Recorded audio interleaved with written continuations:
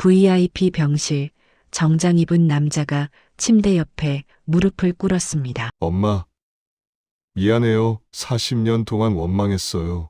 문 밖에선 빈털터리 노인이 그 광경을 보고 얼어붙었습니다. 아주 오래전 어디선가 본 것 같은 얼굴이 보였거든요. 아주 오랫동안 숨겨져 왔던 오늘의 이야기가 궁금하시다면 구독 버튼을 눌러주세요. 2024년 어느 화요일 새벽 서울 강남의 대형 병원은 아직 어둠 속에 잠겨 있었습니다. 대부분의 환자들이 깊은 잠에 빠진 새벽 5시 병원 후문으로 한 남자가 조용히 들어왔습니다. 30대 초반으로 보이는 이 남자는 청소부 유니폼을 입고 있었지만 어딘가 어색해 보였습니다. 유니폼은 새 것처럼 깨끗했고 그의 걸음걸이는 청소부 치고는 너무 당당했습니다. 남자는 엘리베이터를 타고 7층 VIP 병동으로 올라갔고 간호사 스테이션을 지나 복도 끝 701 호실 앞에 멈춰 섰습니다. 병실 문을 열고 들어간 남자는 침대 옆에 놓인 의자에 조용히 앉았습니다. 침대에는 60대 초반으로 보이는 여자가 누워 있었고 그녀의 얼굴은 병색이 짙었습니다. 남자는 여자의 얼굴을 한참 동안 바라보다가 천천히 일어나 청소 도구를 꺼내기 시작했습니다. 바닥을 닦고 창문을 닦고 침대 주변을 정리하는 그의 손놀림은 능숙했지만 그 눈빛은 청소에 집중하고 있지 않았습니다. 침대에 누운 여자를 힐끔힐끔 쳐다보는 그의 눈에는 형언할 수 없는 감정이 담겨 있었습니다. 현서가 침대에서 여자의 작은 신음소리가 들렸습니다. 잠꼬대였습니다. 엄마가 미안해. 여자는 의식이 희미한 상태에서도 같은 말을 반복했습니다. 청소부는 손을 멈추고 여자를 바라봤습니다. 그의 손이 미세하게 떨리기 시작했고 걸레를 쥔 손에 힘이 들어갔습니다. 하지만 그는 아무 말도 하지 않았습니다. 그저 묵묵히 청소를 마치고 조용히 병실을 나왔습니다. 복도에서 간호사 수진이 그를 발견했습니다. 30대 후반의 수진은 이 병원에서 15년째 근무 중인 베테랑 간호사였고 VIP 병동의 모든 일을 꿰뚫고 있었습니다. 그녀는 며칠 전부터 이 이상한 청소부를 눈여겨보고 있었습니다. VIP 병동 청소는 보통 오전 8시에 시작되는데 이 남자는 매일 새벽 5시에 나타나 701 호실만 청소하고 사라졌습니다. 더 이상한 건 그가 병원 청소부 명단에 없다는 것이었습니다. 저기요. 수진이 청소부에게 말을 걸었습니다. 어느 부서 소속이세요? 청소부는 고개를 숙인 채 아무 말도 하지 않았습니다. 그저 손을 저으며 바쁘다는 듯 복도 끝으로 사라졌습니다. 수진은 고개를 갸우뚱하며 701 호실로 들어갔습니다. 병실 안은 깨끗하게 정돈되어 있었고 창문도 반짝반짝 닫혀 있었습니다. 침대 옆 테이블에는 싱싱한 백합이 놓여 있었는데 이건 병원에서 제공하는 게 아니었습니다. 누군가 매일 새 꽃을 가져다 놓는 것 같았습니다. 수진은 간호사 스테이션으로 돌아와 원무과에 전화를 걸었습니다. 701 호실 환자 보호자 연락처 좀 알려주세요. 원무과 직원이 잠시 컴퓨터를 확인하더니 대답했습니다. 보호자는 영식 씨로 등록되어 있는데요. 연락처는? 수진이 끊어 물었습니다. 병원비는 제때 납부되고 있나요? 직원이 웃으며 대답했습니다. VIP 병실이라 한 달에 1,000만 원인데 매달 정확히 익명으로 입금되고 있어요. 근데 신기한 게 보호자로 등록된 영식 씨는 한 푼도 안 내셨어요. 수지는 더욱 궁금해졌습니다. 익명으로 병원비를 내는 사람이 누구일까요? 그리고 그 청소부는 대체 누구일까요? 수지는 환자의 차트를 펼쳐봤습니다.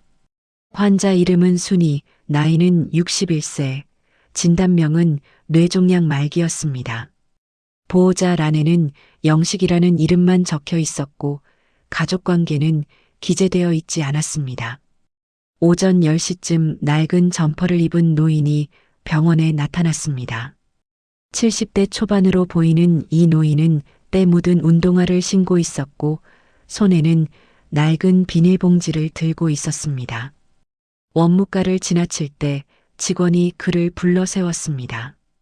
영식 씨, 이번 달 병원비 아직 안 들어왔는데요. 노인 영식은 짜증스러운 표정으로 대답했습니다. 곧 입금됩니다. 제가 언제 밀린 적 있습니까? 원무과 직원은 속으로 웃음을 참았습니다. 영식이 직접 낸 병원비는 단 한 푼도 없었기 때문입니다. 영식이 7층으로 올라가는 엘리베이터 앞에서 기다리고 있을 때 옆에 청소부 한 명이 서 있었습니다. 새벽에 나타났던 바로 그 남자였습니다. 영식은 청소부를 힐끗 쳐다봤습니다. 순간 그의 눈빛이 미묘하게 흔들렸습니다. 뭔가 낯익은 듯한 하지만 확신할 수 없는 표정이었습니다.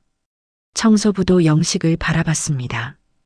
두 사람의 시선이 공중에서 잠깐 마주쳤다가 영식이 먼저 고개를 돌렸습니다.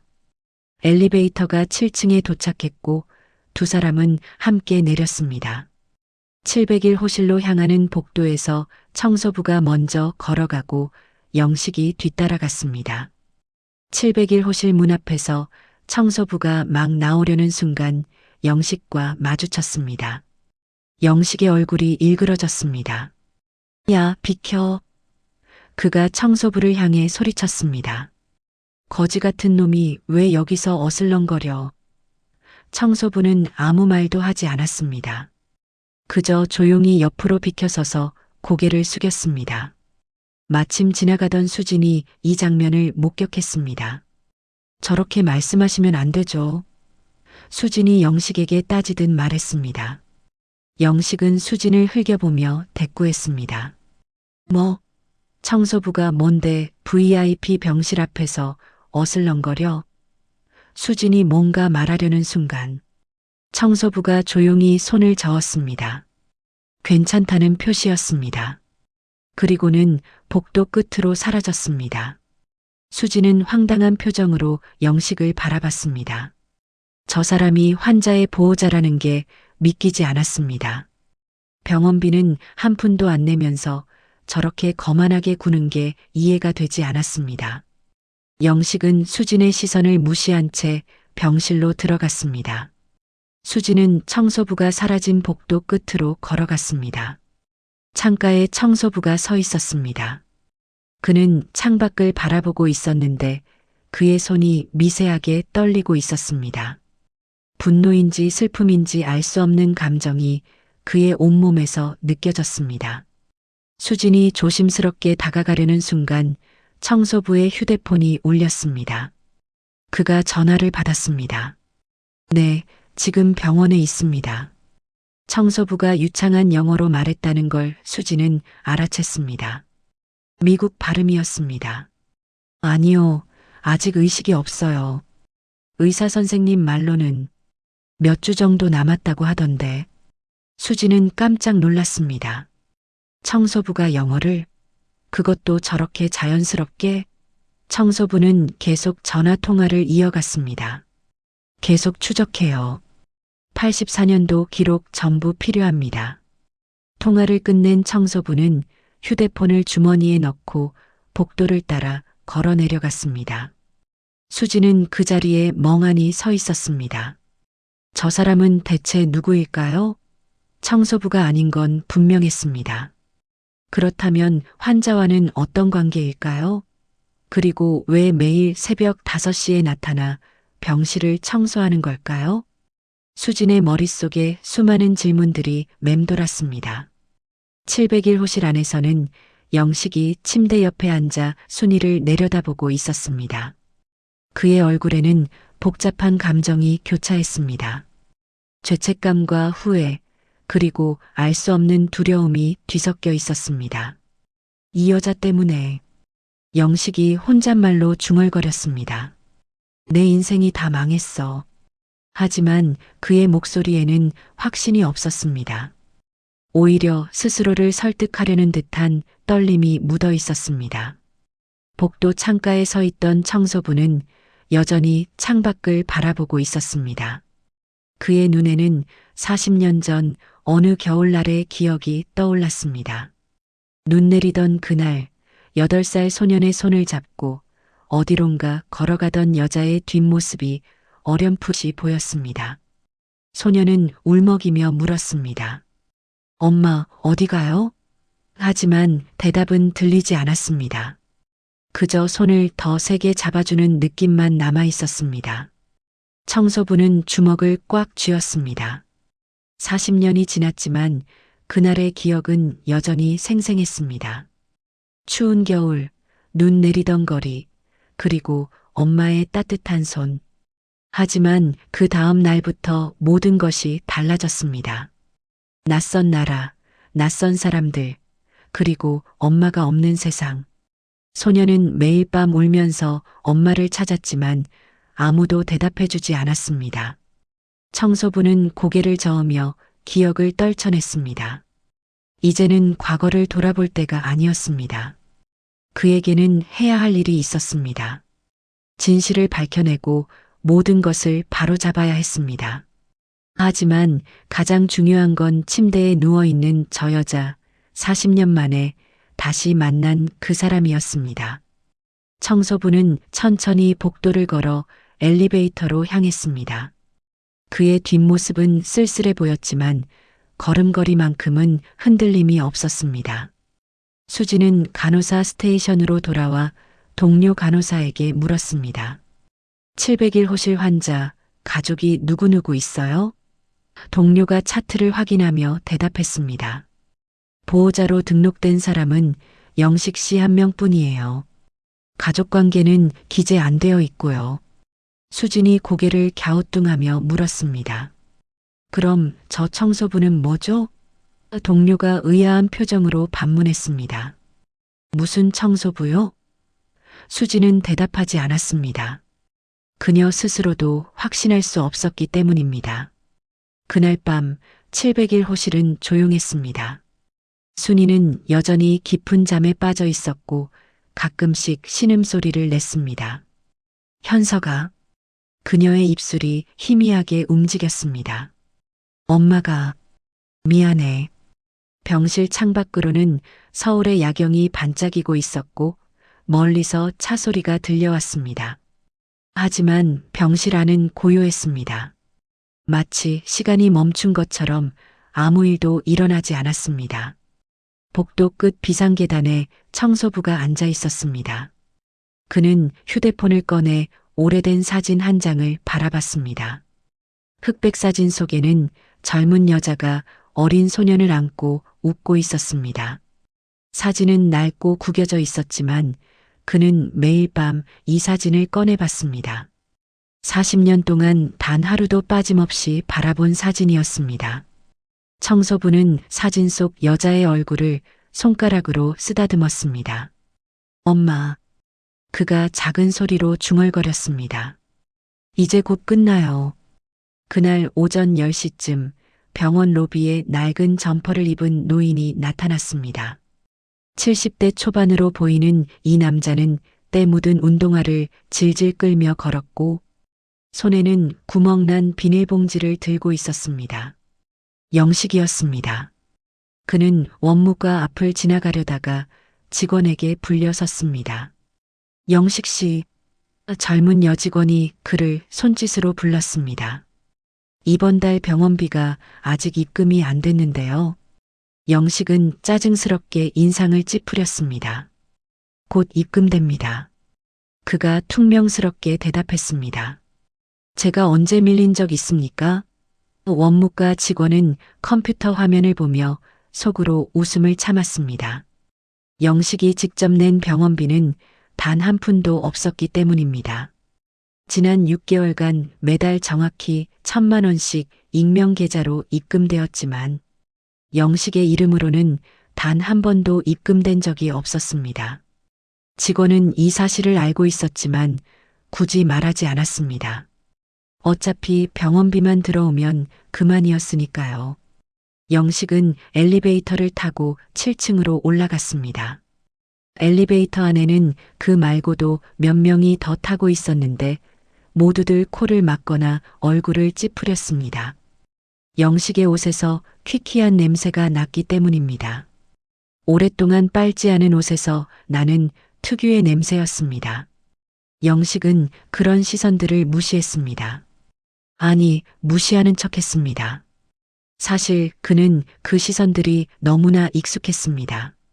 10년 전부터 계속 받아온 시선이었으니까요. 7층에 도착한 영식은 VIP 병동 복도를 따라 걸어갔습니다. 좌우로 늘어선 병실마다 화려한 꽃다발과 과일 바구니가 놓여 있었고 복도는 깨끗하게 광이 났습니다. 이곳은 돈 있는 사람들이 오는 곳이었습니다. 영식은 이 복도를 걸을 때마다 묘한 감정을 느꼈습니다. 자신은 이런 곳과 전혀 어울리지 않는 사람인데 왜 여기 오게 됐을까요? 700일 호실 앞에 도착한 영식은 문을 열기 전에 잠시 멈춰 섰습니다. 문 앞에 누군가 서 있었습니다. 청소부 차림의 젊은 남자였습니다. 새벽에 봤던 바로 그 사람이었습니다. 영식은 그를 보는 순간 이상한 느낌이 들었습니다. 낯설지만 어딘가 익숙한, 처음 보는 것 같지만 어디선가 본 듯한 묘한 기시감이었습니다. 영식은 남자의 얼굴을 자세히 들여다봤습니다. 30대 초반쯤 돼 보이는 이 남자는 깨끗하게 면도한 얼굴에 단정한 인상이었습니다. 하지만 그 눈빛만큼은 차갑고 날카로웠습니다. 두 사람의 시선이 복도 한가운데서 마주쳤습니다. 영식의 가슴이 두근거리기 시작했습니다. 왜일까요?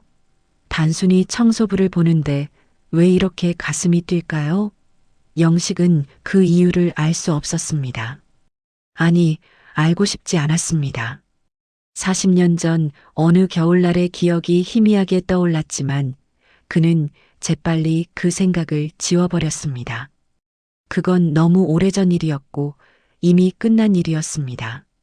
야, 비켜. 영식이 소리쳤습니다.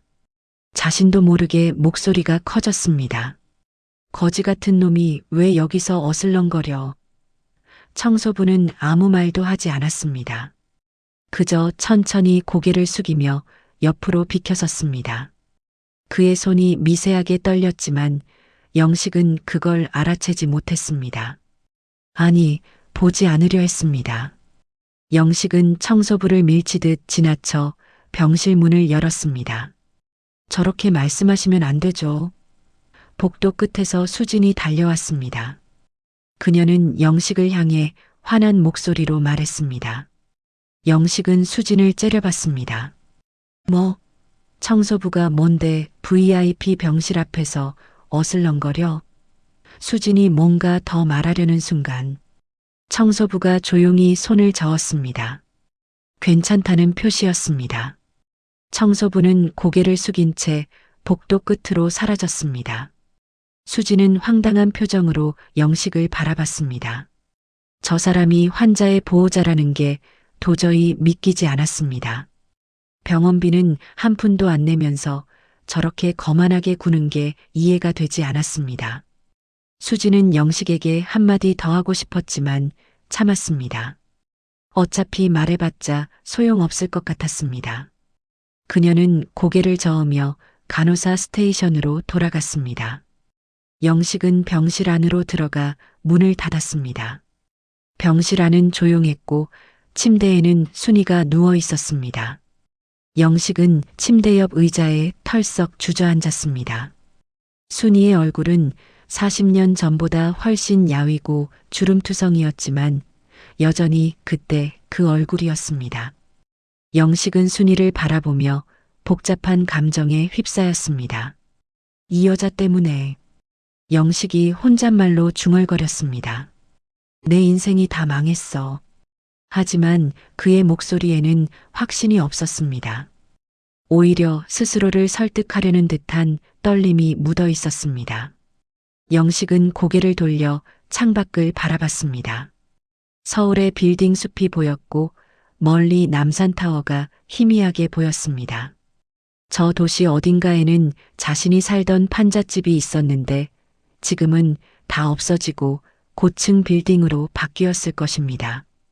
영식은 주머니에서 구겨진 담배 한 갑을 꺼냈습니다. 그리고는 다시 넣었습니다. 병실에서는 담배를 피울 수 없었으니까요. 그는 비닐봉지에서 컵라면 하나를 꺼냈습니다. 500원짜리 싸구려 라면이었습니다. 병실 화장실로 들어가 뜨거운 물을 받아 라면을 끓이기 시작했습니다. 라면 냄새가 병실 안에 퍼졌습니다. 라면을 먹으며 영식은 과거를 떠올렸습니다.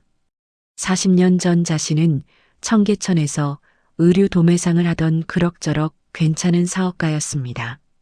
한 달에 100만 원 정도는 벌었으니 당시로서는 나쁘지 않은 수입이었습니다. 형 대식이 건설회사를 운영하며 큰 돈을 벌 때 영식도 그 그늘 아래서 편하게 살았습니다. 그런데 모든 게 망가진 건 언제부터였을까요? 97년 IMF 때였을까요?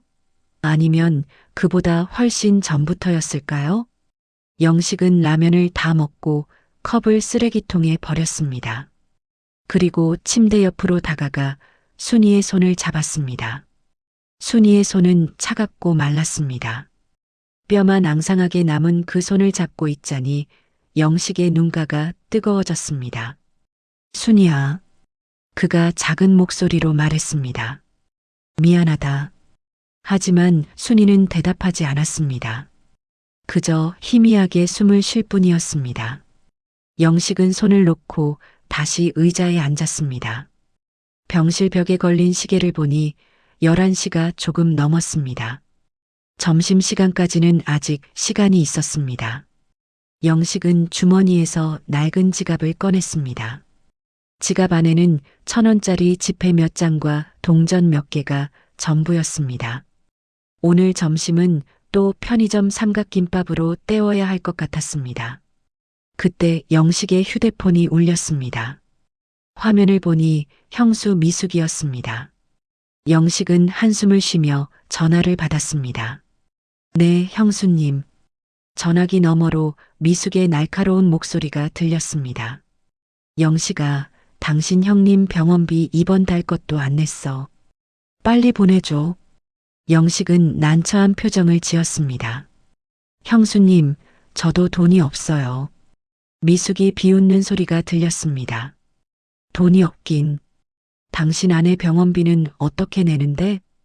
영식은 대답하지 못했습니다. 순이의 병원비를 누가 내는지 자신도 몰랐기 때문입니다. 처음에는 자신이 내야 한다고 생각했지만 돈이 없었습니다. 그런데 신기하게도 매달 병원비가 자동으로 입금되고 있었습니다. 영식은 원무과에 몇 번이나 물어봤지만 익명 입금이라는 대답만 들었습니다. 도대체 누가 이 돈을 내는 걸까요? 영식은 알 수 없었습니다. 형수님, 저도 사정이 어려워요. 영식이 애원하듯 말했습니다. 미숙은 코웃음을 쳤습니다. 사정이 어렵긴. 당신이나 당신 형이나 똑같아. 돈 있을 땐 잘난 척 하더니 이 꼴이 뭐야? 미숙은 더 이상 말하지 않고 전화를 끊어버렸습니다. 영식은 휴대폰을 내려다보며 씁쓸하게 웃었습니다. 형수 말이 맞았습니다. 자신도 형도 결국 똑같은 처지가 됐습니다. 영식은 창밖을 다시 바라봤습니다. 복도를 지나가는 사람들이 보였습니다. 정장을 입은 비즈니스맨들, 명품 가방을 든 여자들, 깨끗한 옷을 입은 환자 가족들. 모두 자신과는 다른 세계의 사람들 같았습니다. 영식은 문득 궁금해졌습니다. 새벽마다 나타나는 저 청소부는 대체 누구일까요? 왜 매일 700일 호실만 청소할까요? 그리고 왜 자신을 볼 때마다 저렇게 차가운 눈빛을 보낼까요? 영식은 고개를 저었습니다. 쓸데없는 생각이었습니다. 청소부는 그냥 청소부일 뿐이었습니다. 자신과는 아무 상관없는 사람이었습니다. 영식은 그렇게 스스로를 설득했습니다. 하지만 가슴 한구석에서는 불안함이 점점 커지고 있었습니다. 마치 곧 무슨 일이 터질 것 같은 그런 불안함이었습니다. 복도 끝 창가에서 청소부가 서 있었습니다. 그는 700일 호실 문을 바라보고 있었습니다. 영식이 병실 안에 들어간 걸 확인한 청소부는 휴대폰을 꺼내 전화를 걸었습니다. 박 변호사님, 그가 낮은 목소리로 말했습니다. 84년도 기록 찾으셨습니까? 전화 너머로 중년 남자의 목소리가 들렸습니다. 청소부는 잠시 듣더니 고개를 끄덕였습니다. 좋습니다. 그럼 다음 주에 시작하시죠. 전화를 끄는 청소부는 다시 700일 호실 문을 바라봤습니다. 그의 눈빛에는 40년간 쌓인 무언가가 담겨 있었습니다. 분노일까요? 슬픔일까요? 아니면 그 둘 다일까요? 청소부는 주먹을 꽉 쥐었습니다. 곧 모든 게 밝혀질 것입니다. 40년 전 그날 무슨 일이 있었는지, 왜 8살 소년이 낯선 나라로 보내졌는지, 그리고 누가 그 모든 걸 계획했는지. 청소부는 천천히 복도를 따라 걸어 내려갔습니다. 그의 뒷모습은 결연해 보였습니다. 마치 오랜 전쟁을 준비하는 군인처럼 말입니다. 시간을 40년 전으로 돌려보겠습니다. 1983년 여름, 서울 청계천 평화시장 3층 봉제 공장의 아침은 일찍 시작됐습니다. 새벽 5시부터 형광등 불이 켜지고 재봉틀 소리가 요란하게 울려 퍼졌습니다. 60여 대의 브라더 재봉틀이 일제히 돌아가면서 내는 소음은 귀가 먹먹해질 정도였습니다. 공장 안은 먼지가 자욱했고 환기조차 제대로 되지 않아 숨을 쉬기가 답답했습니다. 하지만 이곳에서 일하는 여공들은 그런 환경에 이미 익숙해져 있었습니다. 미싱대 앞에 앉은 24살 순이는 오늘도 똑같은 동작을 반복하고 있었습니다. 원단을 받아 재봉틀에 넣고 페달을 밟으면 바늘이 빠르게 움직이며 천을 박음질했습니다. 한 장을 마치면 다음 원단을 받고 또 같은 동작을 반복했습니다. 아침 7시부터 밤 11시까지 하루 16시간 동안 순이는 이 자리에 앉아 있었습니다. 점심시간 30분과 저녁시간 30분을 빼면 쉴 시간은 없었습니다. 순이의 월급은 5만 원이었습니다. 당시로서는 그리 나쁘지 않은 금액이었지만 생활하기에는 빠듯했습니다. 원룸 월세가 3만 원이었고 전기세와 수도세를 내고 나면 2만 원이 남았습니다. 2만 원으로 한 달을 버텨야 했습니다. 밥은 공장 식당에서 한 끼에 200원을 내고 먹었지만 양이 적어서 늘 배가 고팠습니다. 순이는 저녁에 집에 돌아가면 라면 한 개를 끓여 먹거나 삼각김밥 하나로 저녁을 때우곤 했습니다. 옆 미싱대에 앉은 30대 언니가 순이를 흘끔 쳐다봤습니다. 몇 주 전부터 순이의 배가 조금씩 나오고 있다는 걸 눈치챘기 때문입니다. 점심시간에 언니가 순이에게 작은 목소리로 물었습니다. 순이야, 너 혹시... 순이는 고개를 저었습니다. 하지만 언니는 이미 알고 있었습니다. 순이가 입덧을 할 때마다 화장실로 뛰어가는 걸 여러 번 봤으니까요. 언니는 걱정스러운 눈빛으로 순이를 바라봤습니다. 애기 아빠는? 순이는 대답하지 않았습니다. 그저 고개를 떨구고 라면을 먹을 뿐이었습니다. 사흘 후 순이의 비밀은 들통났습니다. 공장장이 순이를 사무실로 불렀습니다. 50대 후반의 공장장은 담배를 피우며 순이를 위아래로 훑어봤습니다. 너 배 나왔지? 순이는 아무 말도 하지 못했습니다. 공장장이 책상을 탁 쳤습니다. 미혼모는 우리 공장의 모터. 분위기 망친다고. 순이가 눈물을 흘리며 애원했습니다. 사장님, 제발요. 제가 열심히 일할게요. 공장장은 고개를 저었습니다. 안 돼. 당장 나가. 오늘 일한 건 내일 월급날 줄 테니까. 순이는 공장 밖으로 쫓겨났습니다. 7월의 뜨거운 햇살이 머리 위로 쏟아졌고 청계천 고가도로 밑 판잣집들이 아지랑이 속에서 흔들렸습니다. 순이는 멍하니 서서 앞을 바라봤습니다. 이제 어떻게 해야 할까요? 일자리도 없고 돈도 없는데 뱃속에는 아기가 자라고 있었습니다. 순이는 청계천변을 따라 걸으며 눈물을 흘렸습니다. 지나가는 사람들이 이상하게 쳐다봤지만 순이는 신경 쓰지 않았습니다. 원룸에 돌아온 순이는 집주인 아주머니를 만났습니다. 60대 아주머니는 순이의 배를 보더니 한숨을 쉬었습니다. 순이야, 보증금 70만 원은 언제 마련할 거니? 순이는 고개를 숙였습니다. 보증금은커녕 다음 달 월세 3만 원도 낼 수 없을 것 같았습니다. 아주머니가 말을 이었습니다. 다음 달까지 월세 못 내면 나가야 해. 순이는 고개를 끄덕였습니다. 달리 방법이 없었습니다. 그날 저녁 순이는 짐을 쌌습니다. 가진 것이라고는 옷 몇 벌과 이불 한 채가 전부였습니다. 순이는 큰 보따리에 짐을 싸서 청계천 고가도로 밑으로 갔습니다. 그곳에는 판잣집들이 다닥다닥 붙어 있었습니다. 대부분 지방에서 올라온 사람들이 사는 곳이었습니다. 순이는 빈 판잣집 하나를 발견했습니다. 출입문도 제대로 없고 벽에는 구멍이 뚫려 있었지만 그래도 비는 피할 수 있을 것 같았습니다. 순이는 그곳에 짐을 풀었습니다. 바닥에 신문지를 깔고 그 위에 이불을 펼쳤습니다. 밤이 되자 판잣집 안은 추웠습니다. 7월인데도 밤바람이 차가웠고 벽 틈새로 바람이 들어왔습니다. 순이는 이불을 뒤집어 쓰고 배를 감싸 안았습니다. 뱃속에서 아기가 움직이는 게 느껴졌습니다. 순이는 배를 쓰다듬으며 작은 목소리로 말했습니다. 미안해. 엄마가 너한테 아무것도 해줄 게 없어. 여름이 지나고 가을이 왔습니다. 순이는 판잣집 근처에서 할 수 있는 일을 찾아다녔습니다.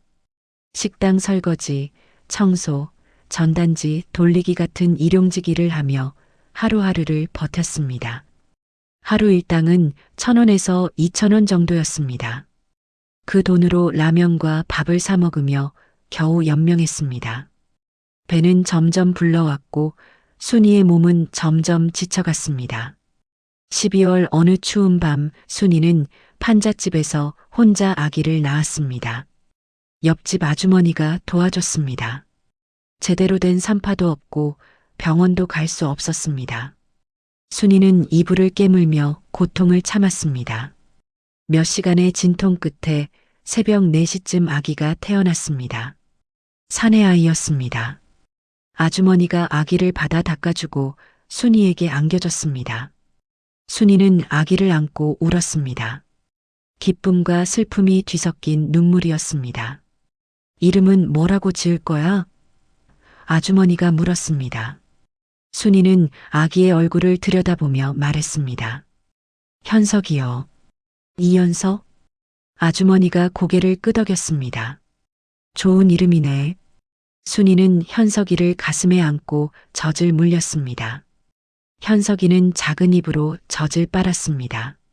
순이는 그 모습을 보며 눈물을 흘렸습니다. 현석아, 미안해. 엄마가 너한테 줄 게 아무것도 없어. 겨울은 매서웠습니다. 판잣집에는 난방이 없어서 밤이면 꽁꽁 얼어붙었습니다. 순이는 현석이를 품에 안고 이불을 뒤집어 쓰고 잤습니다. 현석이가 추울까봐 자기 몸으로 아기를 감싸 안았습니다. 순이는 밤새 떨면서도 현석이만큼은 따뜻하게 해주려고 애썼습니다. 분유를 살 돈이 없어서 순이는 자기가 먹는 걸 줄여서라도 젖을 먹였습니다. 하루에 라면 1개만 먹고 나머지는 굶었습니다. 이웃 아주머니들이 가끔 밥을 나눠줬습니다. 찬밥이나 라면, 가끔은 김치를 갖다 줬습니다. 순이는 그 음식으로 연명했습니다. 현석이는 작지만 건강하게 자랐습니다. 100일이 지나고 첫돌이 지나면서 현석이는 점점 사람 모습을 갖춰갔습니다. 순이는 현석이를 볼 때마다 힘이 났습니다. 아무리 힘들어도 이 아이 때문에 버틸 수 있었습니다. 1984년 봄이 되자 순이는 다시 일자리를 찾아 나섰습니다. 현석이가 돌이 지나 이제 좀 손이 덜 가기 시작했기 때문입니다. 순이는 현석이를 업고 청계천 시장을 돌아다니며 일을 찾았습니다. 청계천 의류도매상 앞을 지나갈 때 한 남자가 순이를 불렀습니다. 아가씨, 30대 초반으로 보이는 이 남자는 깔끔하게 정장을 입고 있었습니다. 영식이었습니다. 영식은 순이를 위아래로 훑어봤습니다. 일 찾아요? 순이는 고개를 끄덕였습니다. 영식이 웃으며 말했습니다. 여기서 일할래요? 하루 2,000원 줄게요.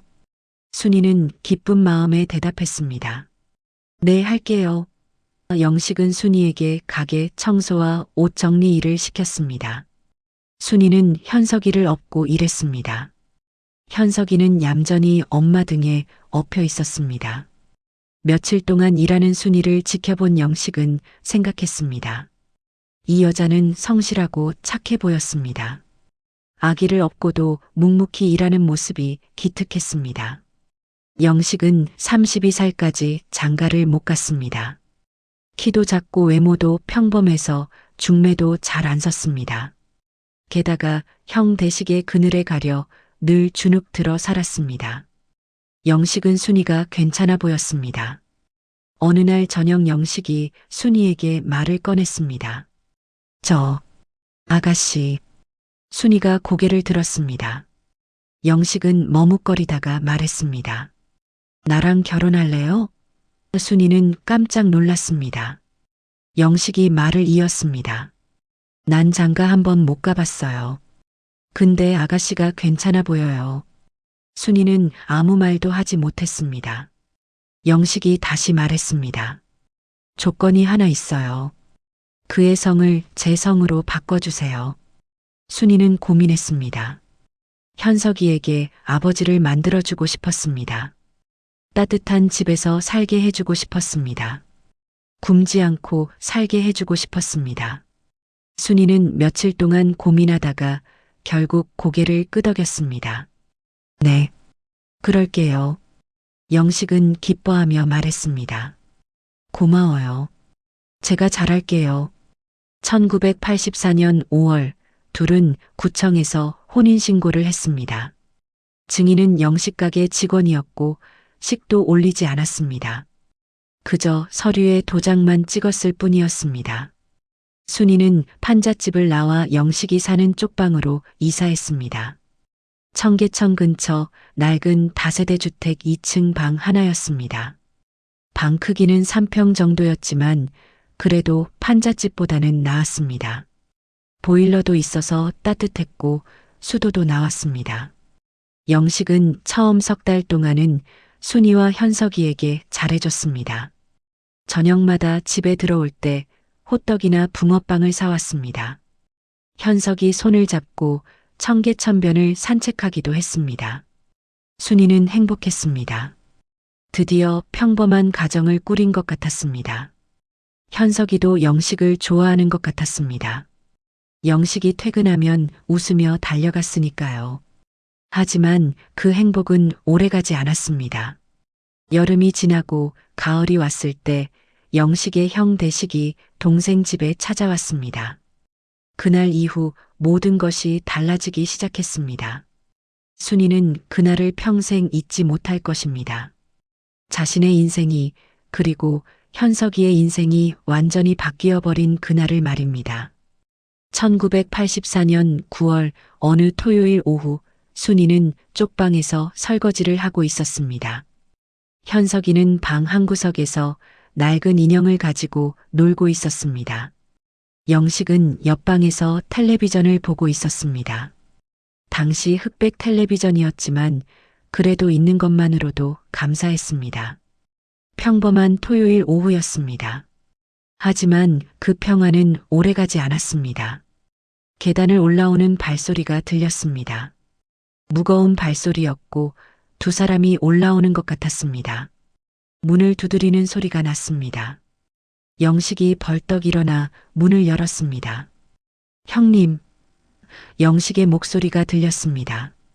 순이는 부엌에서 고개를 내밀어 봤습니다. 문 앞에 40대 중반으로 보이는 남자가 서 있었습니다.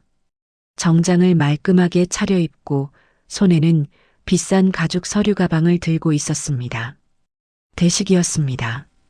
대식 옆에는 40대 초반의 여자가 서 있었습니다. 파마를 한 머리에 화장을 진하게 했고 백화점 쇼핑백을 들고 있었습니다.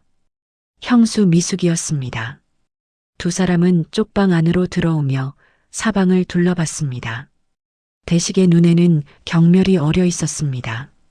야, 영식아. 대식이 말했습니다. 너 아직도 이런 데서 사냐?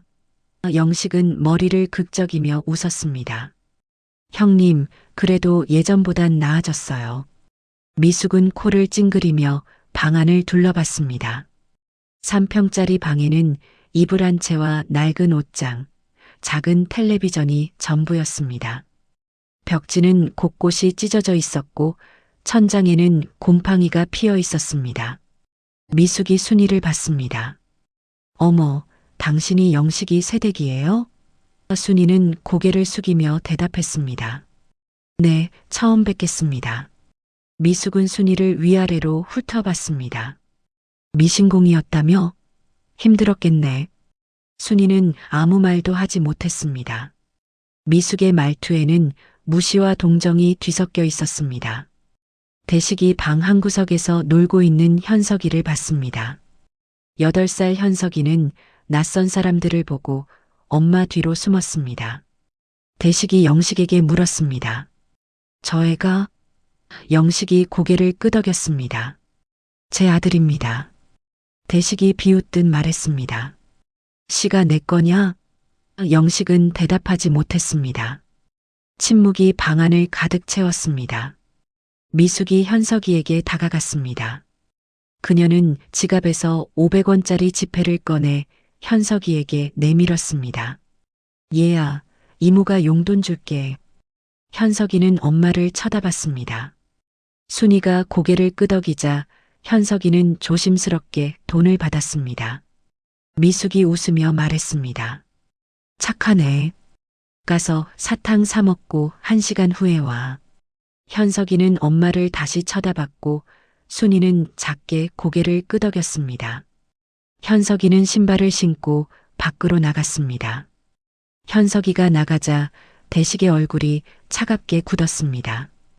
그는 영식을 소파에 앉히고 자신도 맞은편에 앉았습니다. 미숙은 옆에 서서 팔짱을 꼈습니다. 순이는 부엌 구석에 서서 상황을 지켜봤습니다.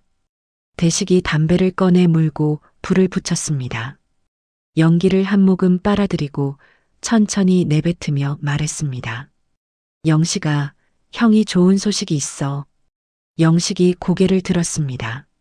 무슨 소식인데요? 대식이 서류 가방을 열어 서류 한 뭉치를 꺼냈습니다. 내가 이번에 대박 났어. 영식이 눈을 빛냈습니다. 정말요? 대식이 고개를 끄덕였습니다. 음마 아파트 재건축 프로젝트 따냈어. 계약금만 30억이야. 영식은 입을 다물지 못했습니다. 당시 30억은 천문학적인 금액이었습니다. 대식이 계속 말했습니다. 앞으로 2년 동안 이 프로젝트만 하면 우리 회사 매출이 100억은 넘어갈 거야. 조만간 우리 집안도 재벌 대열에 들어가는 거지. 영식은 감탄사를 연발했습니다. 형님이 재벌이 된다니 믿기지 않았습니다. 대식이 영식의 어깨를 툭 쳤습니다. 당연히 너도 챙겨줄 거야. 형제끼리 잘 살아야지. 영식은 기쁨에 들떠서 말했습니다. 감사합니다, 형님. 하지만 대식의 다음 말은 영식의 기쁨을 순식간에 얼어붙게 만들었습니다. 근데 말이야. 대식이 담배 연기를 천천히 내뱉으며 말했습니다. 문제가 하나 있어. 영식이 긴장한 표정으로 물었습니다. 무슨 문제요? 대식이 방안을 둘러보며 말했습니다. 내가 곧 재벌이 되는데 말이야. 사교계 모임도 나가야 되고 재계 인사들도 만나야 돼. 영식이 고개를 끄덕였습니다. 대식이 말을 이었습니다. 그런데 내 동생이 미신공이랑 산다는 소문이 나면 어떻게 돼? 영식은 아무 말도 하지 못했습니다. 대식의 목소리가 차갑게 식었습니다. 게다가 씨도 모를 잡종 조카까지 뒀다는 소문까지 나면 순이는 부엌 구석에서 그 말을 듣고 가슴이 철렁 내려앉았습니다. 미숙이 거들었습니다. 요즘 강남 사교계가 얼마나 까다로운데요. 집안 배경 다 따져요. 우리 남편이 재벌 되려면 집안 전체가 깨끗해야 한다고요. 대식이 고개를 끄덕이며 말했습니다. 영식아, 형이 하는 말 이해하지? 영식은 고개를 떨구었습니다. 대식이 차갑게 말했습니다. 저 여자랑 그 자식 없애야 돼. 순이는 더 이상 참을 수 없었습니다. 그녀는 부엌에서 나와 영식과 대식 앞에 섰습니다. 형님, 무슨 말씀을 그렇게 하세요? 대식이 순이를 째려봤습니다. 당신이 뭔데 끼어들어? 순이는 떨리는 목소리로 말했습니다. 현석이는 제 아들이에요. 아무 죄도 없는 아이예요. 대식이 비웃었습니다. 죄가 없긴. 씨도 모를 자식이 우리 집안에 있다는 것 자체가 죄야. 미숙이 순이에게 다가왔습니다. 아가씨, 현실을 봐요. 당신이랑 그 애가 있으면 우리 집안이 창피해요. 순이가 항변했습니다. 저희가 뭘 잘못했어요? 미숙이 코웃음을 쳤습니다. 잘못한 게 뭐냐고요? 미혼모 주제에 우리 집안에 들어온 게 잘못이죠. 순이는 눈물이 핑 돌았습니다. 하지만 참았습니다. 울면 지는 거였습니다.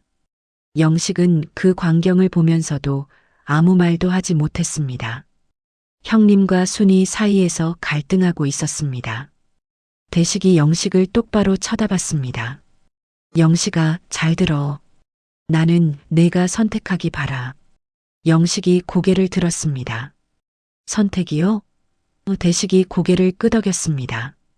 저 여자랑 애를 버리든지 아니면 내 유산을 포기하든지 둘 중 하나야. 영식의 얼굴이 창백해졌습니다. 대식이 말을 이었습니다. 내 재산이 곧 100억이 넘을 거야. 너한테도 10억은 줄 생각이었어. 10억이라는 숫자가 영식의 귓가에서 맴돌았습니다. 당시 10억이면 평생 놀고 먹을 수 있는 돈이었습니다. 강남의 아파트도 사고 좋은 차도 몰고 다닐 수 있었습니다. 영식의 머릿속이 복잡해졌습니다. 대식이 일어서며 말했습니다. 일주일 안에 결정해. 이혼하고 그의 입양 보내든지 아니면 유산 포기하든지. 미숙도 일어서서 가방을 챙겼습니다. 그녀는 문을 나가기 전에 순이에게 말했습니다. 아가씨, 당신도 현명하게 생각해봐요. 돈은 줄 테니까 조용히 정리하는 게 서로 좋아요. 순이는 대답하지 않았습니다. 미숙과 대식은 문을 열고 나갔습니다. 계단을 내려가는 발소리가 점점 멀어졌습니다. 방 안에는 영식과 순이만 남았습니다. 둘은 한동안 아무 말도 하지 않았습니다. 침묵이 방 안을 가득 채웠습니다. 순이가 먼저 입을 열었습니다. 당신, 형님 말대로 할 거예요? 영식은 대답하지 않았습니다. 그는 창밖을 바라보며 담배를 피웠습니다. 순이가 다시 물었습니다. 우리를 버릴 거예요? 영식은 여전히 대답하지 않았습니다. 며칠 후 미숙이 순이에게 전화를 걸었습니다. 내일 명동에서 만나요. 순이는 거절하고 싶었지만 미숙의 강압적인 말투에 어쩔 수 없이 승낙했습니다. 다음 날 순이는 현석이를 이웃 아주머니에게 맡기고 명동으로 갔습니다. 미숙은 명동의 한 고급 다방에서 순이를 기다리고 있었습니다. 다방 안은 화려했습니다.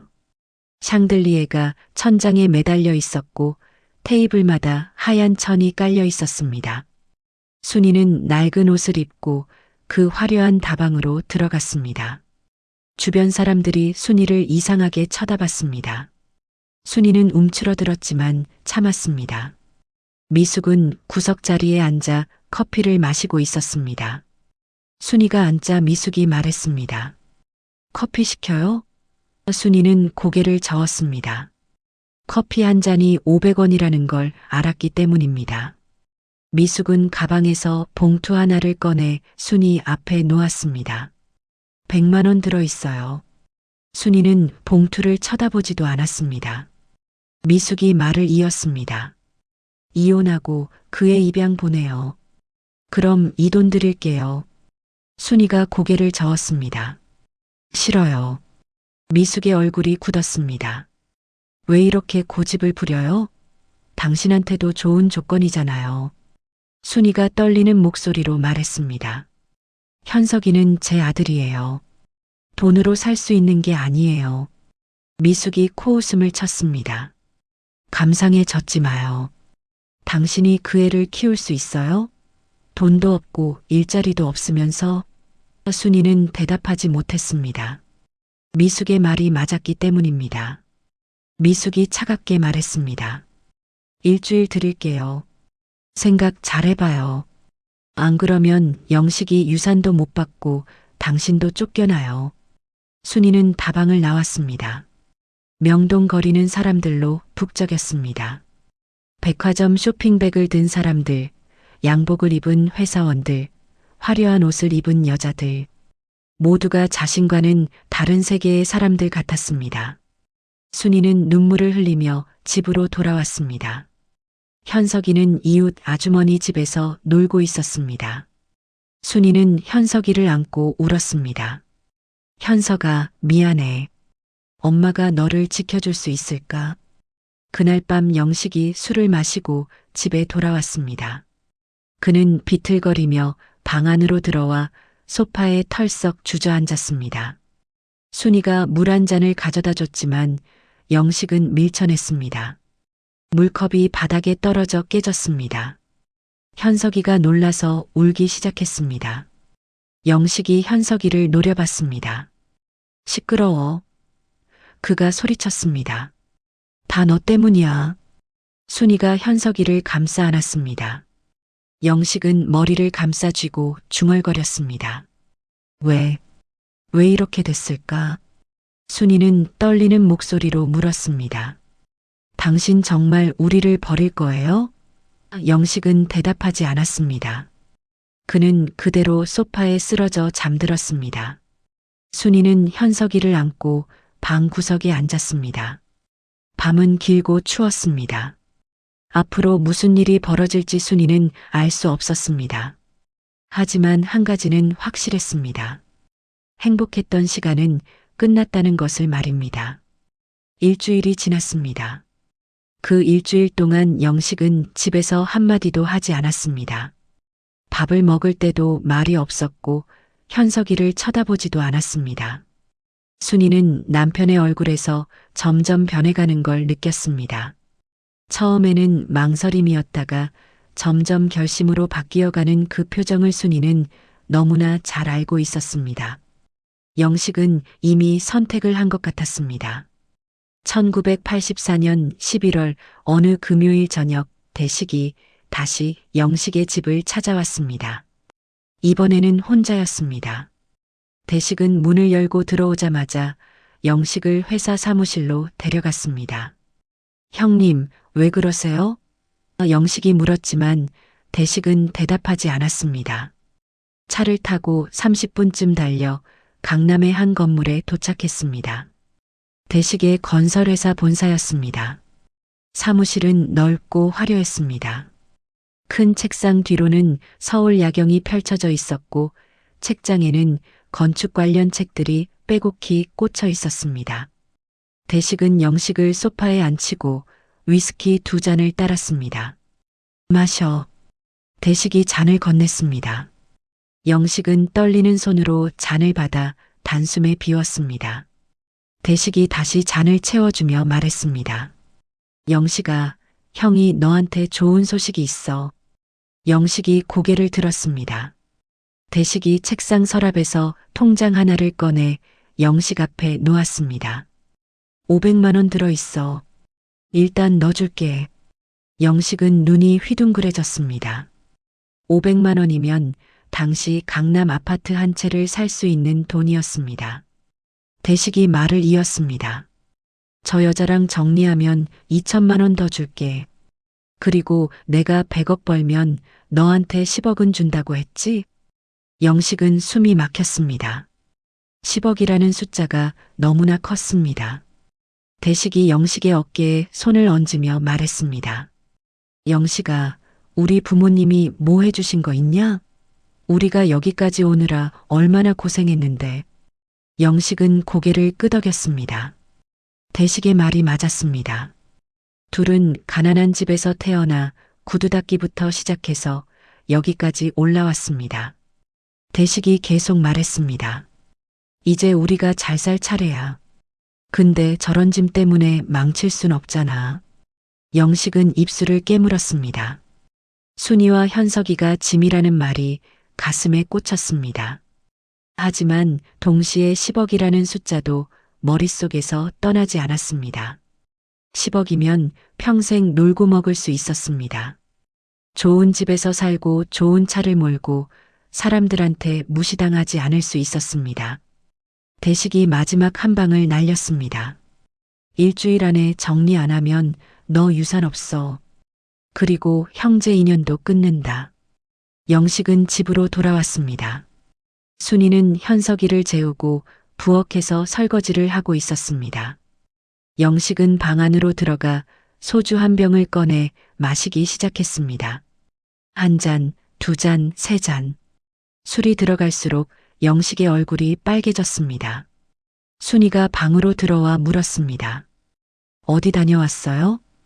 영식은 대답하지 않았습니다. 그저 술만 마셨습니다. 1시간쯤 지났을 때 영식이 벌떡 일어났습니다. 그는 비틀거리며 현석이가 자고 있는 이불로 다가갔습니다. 순이는 불길한 예감이 들었습니다. 당신 뭐 하는 거예요?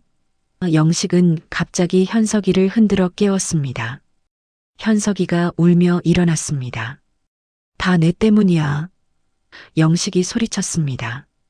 내가 없었으면 우리가 이렇게 안 살아. 순이가 황급히 현석이를 감싸 안았습니다. 정신 차려요. 애가 무슨 죄예요? 영식은 순이마저 밀쳤습니다.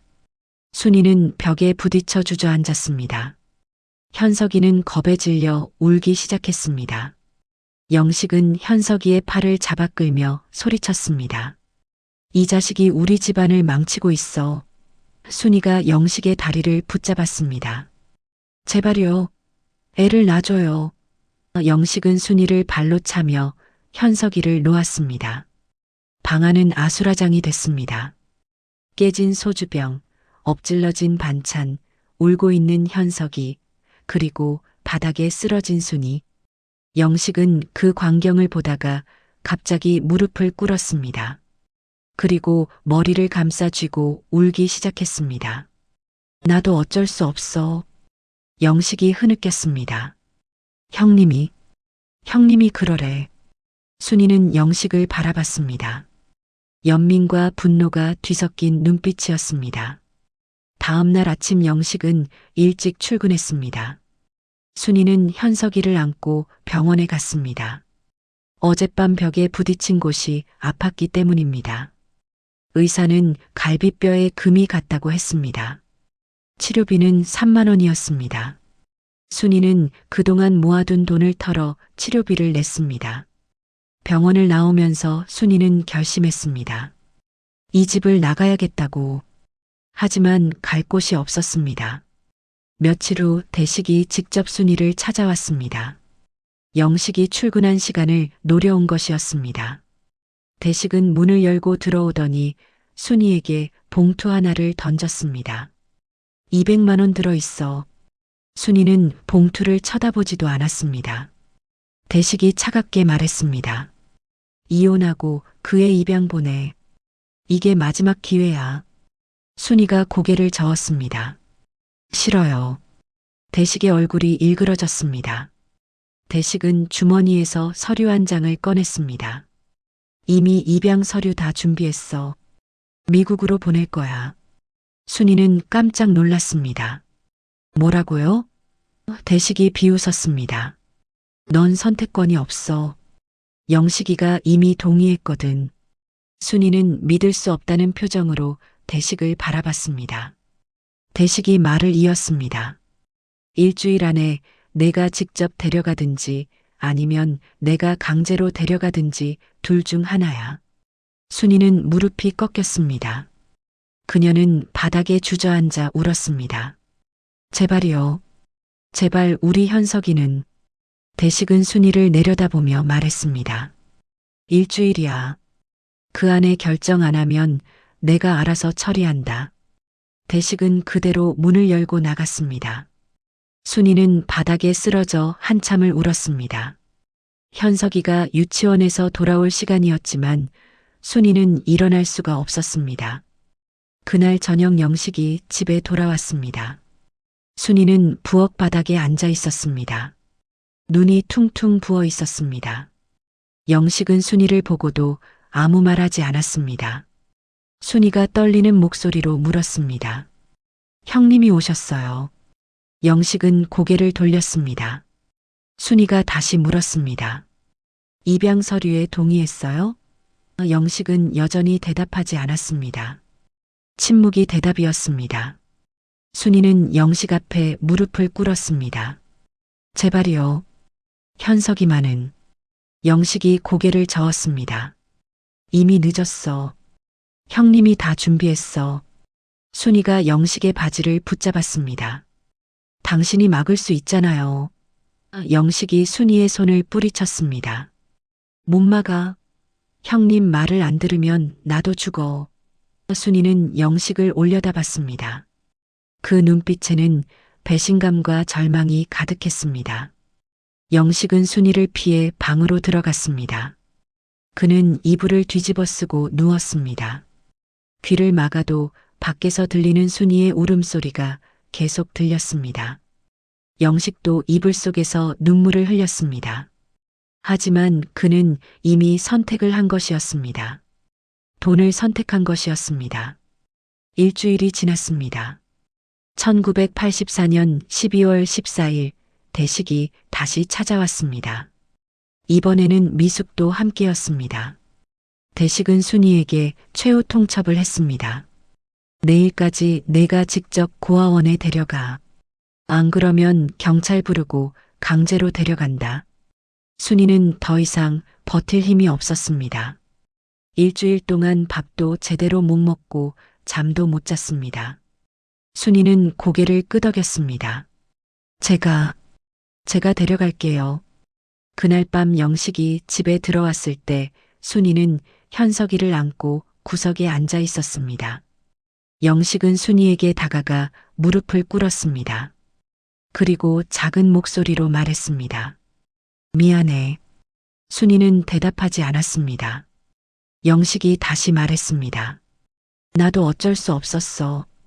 순이는 여전히 대답하지 않았습니다. 영식은 일어나 방으로 들어갔습니다. 순이는 밤새 현석이를 안고 있었습니다.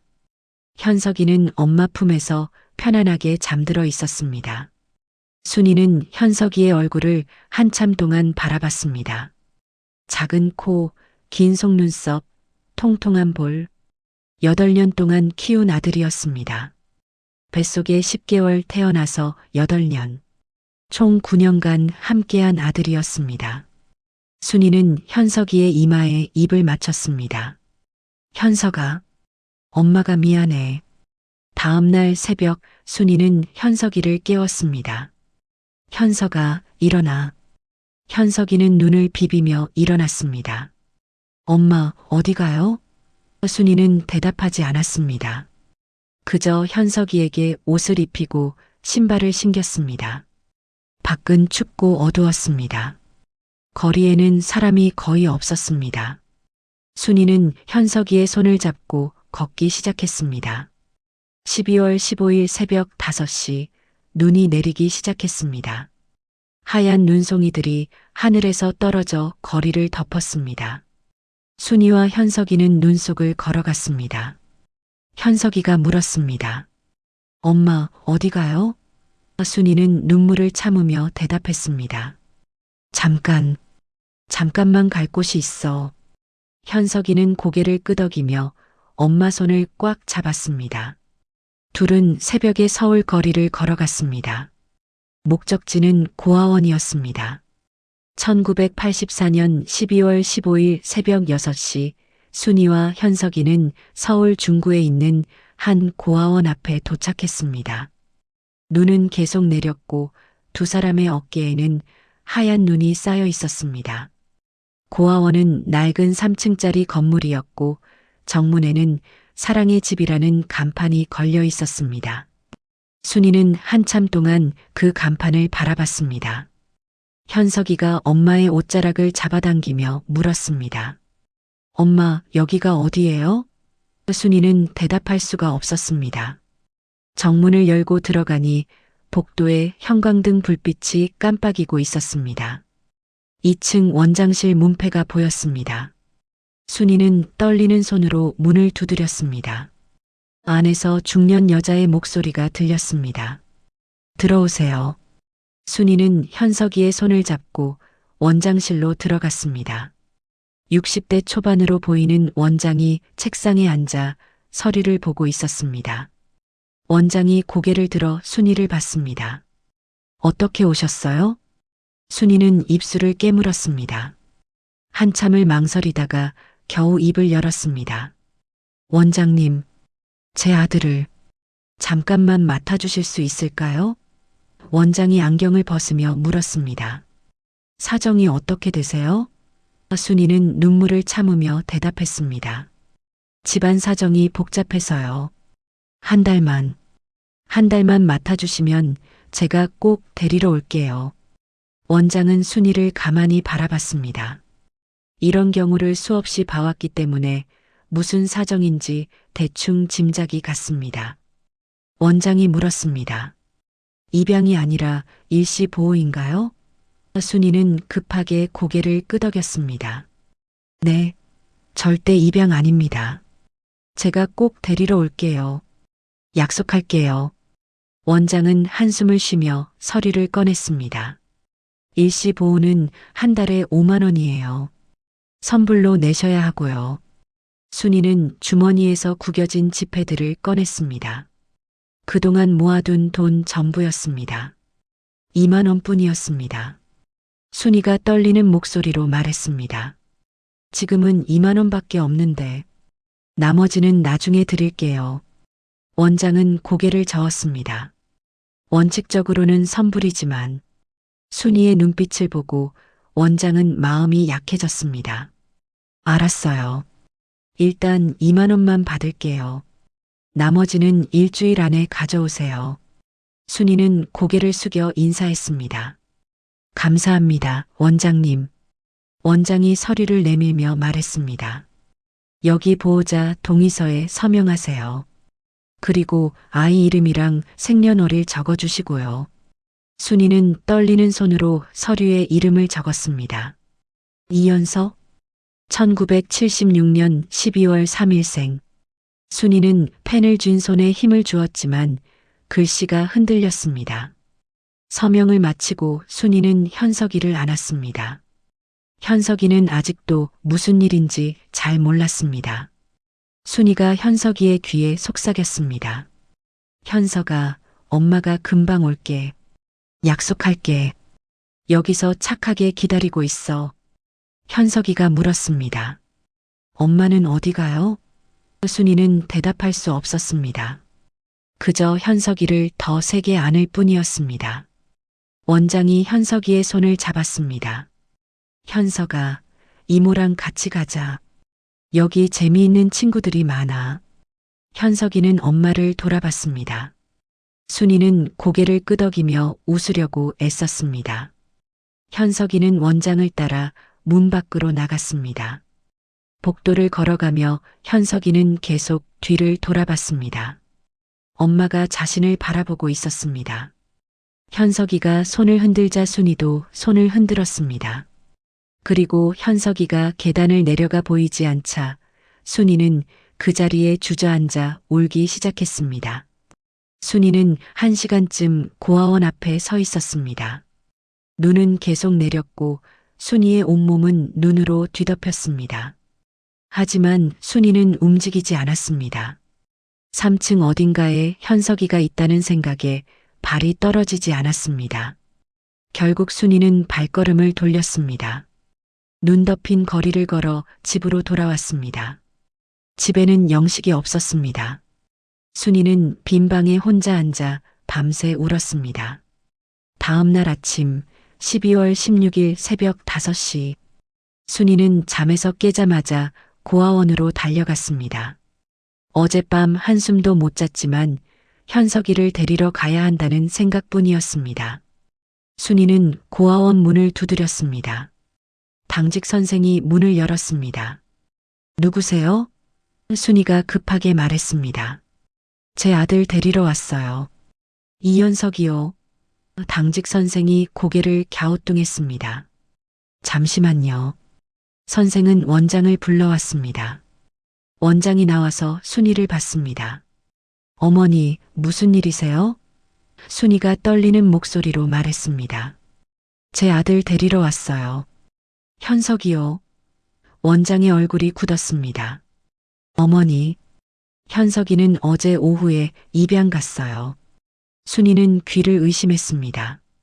뭐라고요? 원장이 다시 말했습니다. 어제 오후 3시쯤 입양 가셨어요. 순이는 비틀거렸습니다. 말도 안 돼요. 제가 일시 보호라고 했잖아요. 원장이 당황하며 말했습니다. 하지만 여기 서류에 입양동이라고 되어 있는데요. 원장은 어제 순이가 작성한 서류를 보여줬습니다. 순이는 서류를 낚아챘습니다. 서류를 보는 순간 순이는 숨이 막혔습니다. 분명히 자신은 일시 보호란에 체크했는데 서류에는 입양 동의에 체크가 되어 있었습니다. 그리고 자신의 서명도 미묘하게 달랐습니다.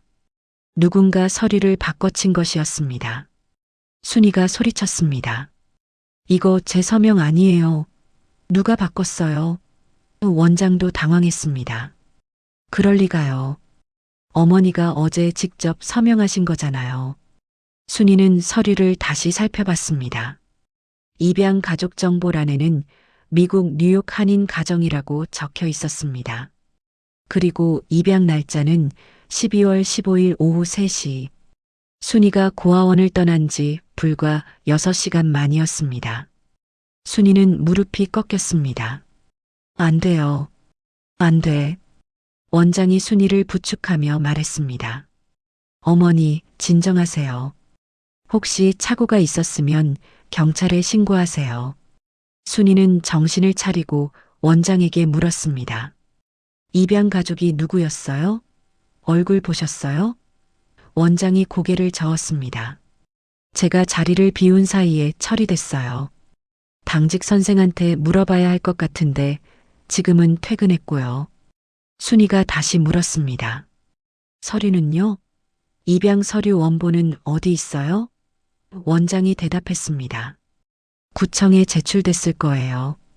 순이는 고아원을 뛰쳐나와 구청으로 달려갔습니다. 하지만 구청은 아직 문을 열지 않았습니다. 순이는 구청 앞에서 2시간을 기다렸습니다.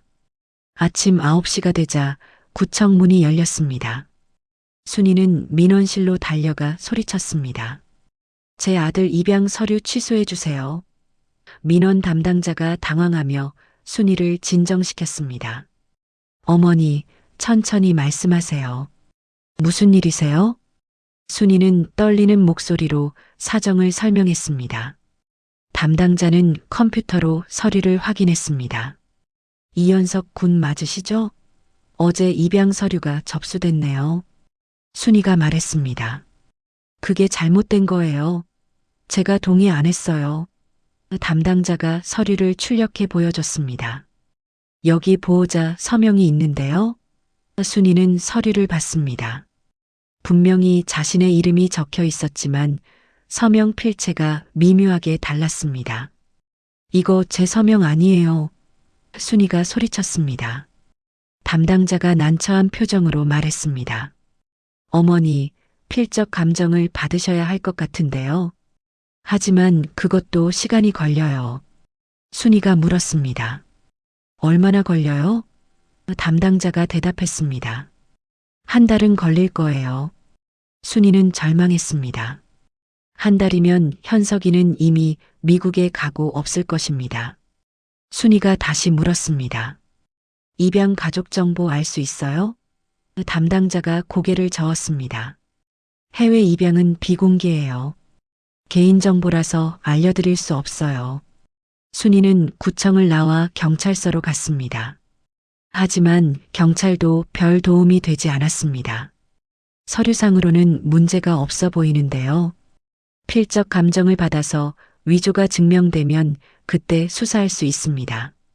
순이는 다시 집으로 돌아왔습니다. 영식이 집에 있었습니다. 순이는 영식을 보자마자 멱살을 잡았습니다. 당신이 한 거지? 영식은 고개를 돌렸습니다. 순이가 다시 물었습니다. 형님이 서류를 바꿨어? 영식은 한참을 침묵하다가 작은 목소리로 말했습니다. 형님이 알아서 처리했대. 순이는 영식의 멱살을 놓고 벽에 기댔습니다. 내 아들 어디 갔어? 당장 데려와. 영식이 말했습니다. 이미 늦었어. 미국 갔어. 순이는 그 자리에 주저앉았습니다. 언제? 영식이 대답했습니다. 어제 저녁 비행기로. 순이는 더 이상 말을 할 수 없었습니다. 그저 바닥에 쓰러져 울기만 했습니다. 며칠 후 대식이 영식을 불렀습니다. 대식은 영식에게 통장 하나를 건넸습니다. 2천만 원 들어있어. 약속대로 준다. 영식은 통장을 받았지만 기쁘지 않았습니다. 대식이 말했습니다. 잘했어, 영식아. 이제 우리가 잘 살 차례야. 하지만 영식의 귀에는 집에서 들려오는 순이의 울음소리만 들렸습니다. 순이는 며칠 동안 밥도 먹지 않고 현석이만 찾으며 울었습니다. 한 달 후 영식은 순이에게 이혼 서류를 내밀었습니다. 우리 이혼하자. 순이는 서류를 찢어버렸습니다. 하지만 영식은 강제로 이혼 소송을 진행했습니다. 대식이 변호사를 고용해 모든 걸 처리했습니다. 1985년 3월 둘은 법적으로 이혼했습니다. 순이는 다시 혼자가 됐습니다. 그녀는 쪽방을 나와 다시 판잣집으로 돌아갔습니다. 하지만 이번에는 현석이가 없었습니다. 순이는 그날부터 40년 동안 현석이를 찾아다녔습니다. 낮에는 공장에서 일하고 밤에는 도서관에 가서 미국 입양 관련 자료를 찾았습니다. 돈을 모아 사설 탐정을 고용했지만 입양 기록이 비공개라 찾을 수가 없었습니다. 1990년에는 미국까지 갔습니다. 뉴욕 한인타운을 샅샅이 뒤졌지만 현석이를 찾지 못했습니다. 순이는 포기하지 않았습니다. 40년 동안 단 하루도 현석이를 잊은 적이 없었습니다. 매일 밤 현석이의 이름을 부르며 잠들었습니다. 현석아, 엄마가 미안해. 엄마가 꼭 찾을게. 시간이 흘러 1997년이 됐습니다.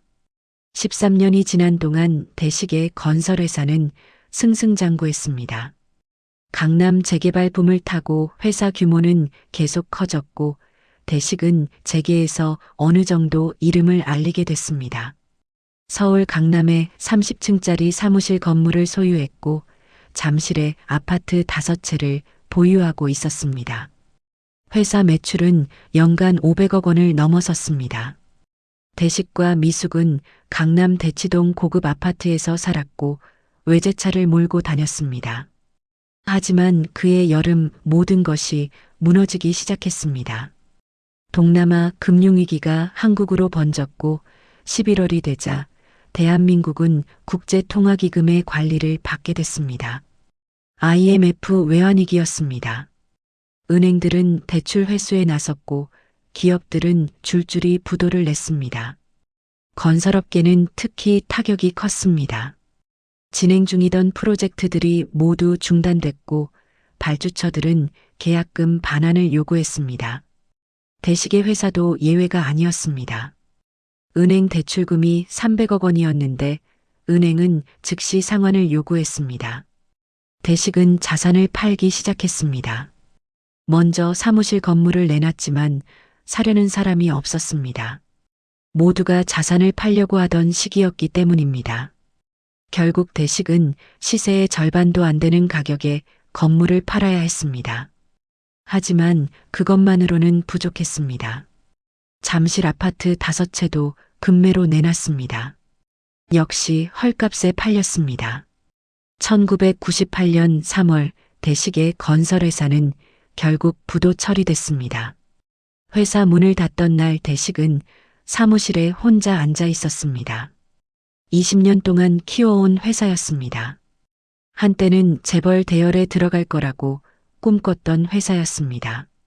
하지만 이제 모든 게 끝났습니다. 대식은 책상 서랍을 열어 소주 한 병을 꺼냈습니다. 그리고 혼자 마시기 시작했습니다. 한 잔, 2잔, 3잔. 술이 들어갈수록 대식의 눈에는 눈물이 고였습니다. 미숙은 더 이상 강남 대치동 아파트에 살 수 없었습니다. 아파트는 이미 경매로 넘어갔고 둘은 관악구의 낡은 빌라로 이사했습니다. 20평짜리 빌라는 대치동 아파트의 3분의 1 크기였습니다. 미숙은 매일 울었습니다. 한때 강남 마님으로 백화점을 활보하던 그녀였습니다. 하지만 이제는 재래시장에서 떨이 채소를 사야 하는 처지가 됐습니다. 미숙은 거울을 볼 때마다 자신이 늙어가는 게 느껴졌습니다. 대식은 재취업을 시도했습니다. 하지만 50대 중반의 전직 사장을 받아주는 곳은 없었습니다. 몇 달 동안 이력서를 넣었지만 면접 기회조차 오지 않았습니다. 대식은 점점 술에 의존하기 시작했습니다. 아침부터 소주를 마셨고 저녁에는 혼자 편의점 앞에서 술을 마셨습니다. 미숙이 말렸지만 소용없었습니다. 나 좀 내버려둬. 대식이 소리치곤 했습니다. 2000년대가 됐습니다. IMF는 극복했지만 대식의 인생은 회복되지 않았습니다. 그는 일용직 일을 전전했습니다. 건설 현장에서 잡부로 일하거나 경비 일을 했습니다. 한때 건설회사 사장이었던 그가 이제는 건설 현장 막노동꾼이 됐습니다. 동료 노동자들은 대식의 과거를 몰랐습니다. 그들 눈에 대식은 그냥 술 냄새 나는 늙은 노동자일 뿐이었습니다. 2008년 미국에서 시작된 금융위기가 전 세계로 퍼졌습니다. 한국도 다시 경제 위기를 맞았습니다. 대식은 그동안 모아둔 돈 3천만 원을 주식에 투자했습니다. 마지막 기회라고 생각했습니다. 주식으로 돈을 벌어서 다시 일어서고 싶었습니다. 하지만 주식시장은 폭락했습니다. 대식의 3천만 원은 한 달 만에 500만 원으로 줄었습니다. 대식은 그날 밤 술을 마시고 아파트 옥상으로 올라갔습니다. 난간에 기대서서 아래를 내려다봤습니다. 뛰어내리면 모든 게 끝날 것 같았습니다. 하지만 대식은 뛰어내리지 못했습니다. 겁이 났습니다. 죽는 것도 용기가 필요했는데 그 용기조차 없었습니다. 대식은 옥상에서 내려와 집으로 돌아왔습니다. 미숙이 소파에 앉아 텔레비전을 보고 있었습니다. 대식은 미숙을 보며 말했습니다. 여보, 미안해. 미숙은 고개를 돌렸습니다. 더 이상 남편에게 기대할 게 없다는 걸 알았습니다. 2010년 대식은 알코올 중독으로 쓰러졌습니다. 강경화 진단을 받았습니다. 30년 넘게 마신 술이 간을 망가뜨린 것입니다. 의사는 더 이상 술을 마시면 안 된다고 경고했습니다. 하지만 대식은 술을 끊지 못했습니다. 술 없이는 하루도 견딜 수 없었습니다. 그해 겨울, 대식은 길에서 쓰러졌습니다. 지나가던 사람이 구급차를 불렀고 대식은 병원 응급실로 실려갔습니다. 의사는 알코올성 치매 초기라고 진단했습니다. 뇌가 이미 상당히 손상됐다고 했습니다. 대식은 요양병원으로 옮겨졌습니다. 한 달 병원비가 200만 원이었습니다. 미숙은 어떻게든 돈을 마련해야 했습니다. 그녀는 재래시장에서 반찬 가게 일을 시작했습니다. 하루 8시간 일해서 한 달에 100만 원을 벌었습니다. 하지만 병원비 200만 원을 감당할 수 없었습니다. 미숙은 영식에게 전화를 걸었습니다. 15년 만에 처음 하는 통화였습니다. 영식아, 나 형수야. 영식은 놀랐습니다. 형수의 목소리를 듣는 게 얼마만인지 몰랐습니다. 미숙이 말했습니다. 당신 형님이 요양병원에 계셔. 병원비 좀 도와줄 수 없겠니? 영식은 난처했습니다. 형수님, 저도 형편이 어려워요. 미숙의 목소리가 떨렸습니다. 그럼 어떻게 해? 병원비를 못 내면 쫓겨나.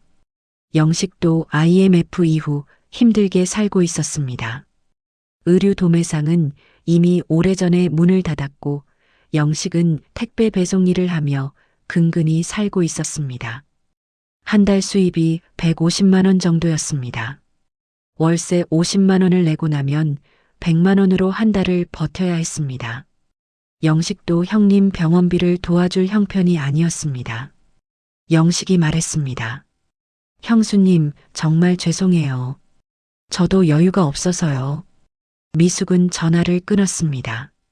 하지만 며칠 후 미숙은 다시 영식에게 전화했습니다. 영식아, 그런데 당신 아내 병원비는 어떻게 내니? 영식은 깜짝 놀랐습니다. 형수님이 순위를 어떻게 아세요? 미숙이 대답했습니다. 우연히 들었어. 강남에 있는 큰 병원 VIP 병동에 입원했다며? 병원비가 한 달에 1,000만 원이라던데? 영식은 아무 말도 하지 못했습니다. 미숙이 비웃었습니다. 돈이 없긴.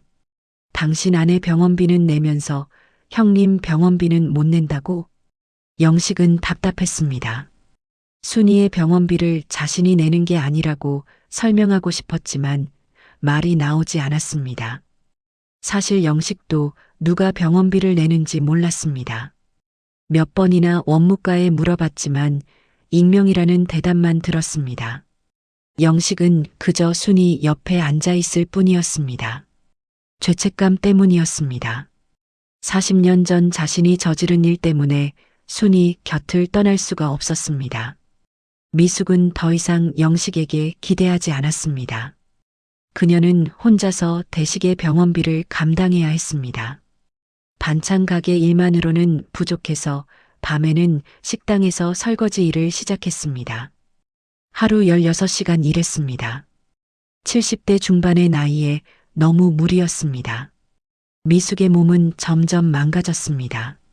무릎이 아프고 허리가 휘었습니다. 하지만 쉴 수 없었습니다. 남편 병원비를 내야 했으니까요. 요양병원에 있는 대식은 점점 기억을 잃어갔습니다. 알코올성 치매가 진행되면서 과거와 현재를 구분하지 못했습니다. 어떤 날은 자신이 아직도 건설회사 사장이라고 생각했습니다. 회의 준비했나? 강남 프로젝트 진행 상황 보고해. 대식이 간호사에게 소리쳤습니다. 간호사는 대식을 달래며 말했습니다. 사장님, 진정하세요. 지금은 쉬셔야 해요. 대식은 화를 냈습니다. 뭐가 쉬어? 일해야 한다고. 미숙이 병원에 면회를 갈 때마다 가슴이 아팠습니다. 한때 재벌을 꿈꿨던 남편이 이제는 자기 이름도 기억하지 못했습니다. 당신, 나 누군지 알아? 미숙이 물으면 대식은 고개를 갸우뚱했습니다. 누구시죠? 미숙은 눈물을 흘렸습니다. 나 당신 아내야. 대식은 웃으며 말했습니다. 아, 그래요? 처음 뵙겠습니다. 2023년 대식의 상태는 더욱 악화됐습니다. 이제는 침대에 누워만 있었고 말도 제대로 하지 못했습니다. 의사는 앞으로 몇 년 더 살 수 있을지 모르겠다고 했습니다. 미숙은 지쳤습니다. 10년 넘게 혼자 병원비를 감당하며 남편을 돌봤습니다. 하지만 이제는 한계였습니다. 미숙은 다시 영식에게 전화를 걸었습니다. 영식아, 제발 좀 도와줘. 난 더 이상 못 버티겠어. 영식은 미안했지만 어쩔 수 없었습니다. 형수님, 정말 죄송해요. 미숙은 전화를 끊고 요양병원 복도에 주저앉았습니다. 70대 중반의 노파가 된 그녀는 더 이상 힘이 없었습니다. 한때 강남에서 잘 나가던 건설업자 부인이었습니다. 백화점에서 명품 가방을 사고 고급 레스토랑에서 식사하던 여자였습니다. 하지만 이제는 재래시장 반찬 가게에서 일하며 남편 병원비를 대는 노파가 됐습니다. 미숙은 복도에서 한참을 울었습니다. 2024년 순이가 뇌종양 진단을 받았다는 소식을 영식이 들었습니다. 영식은 순이가 입원한 병원을 찾아갔습니다.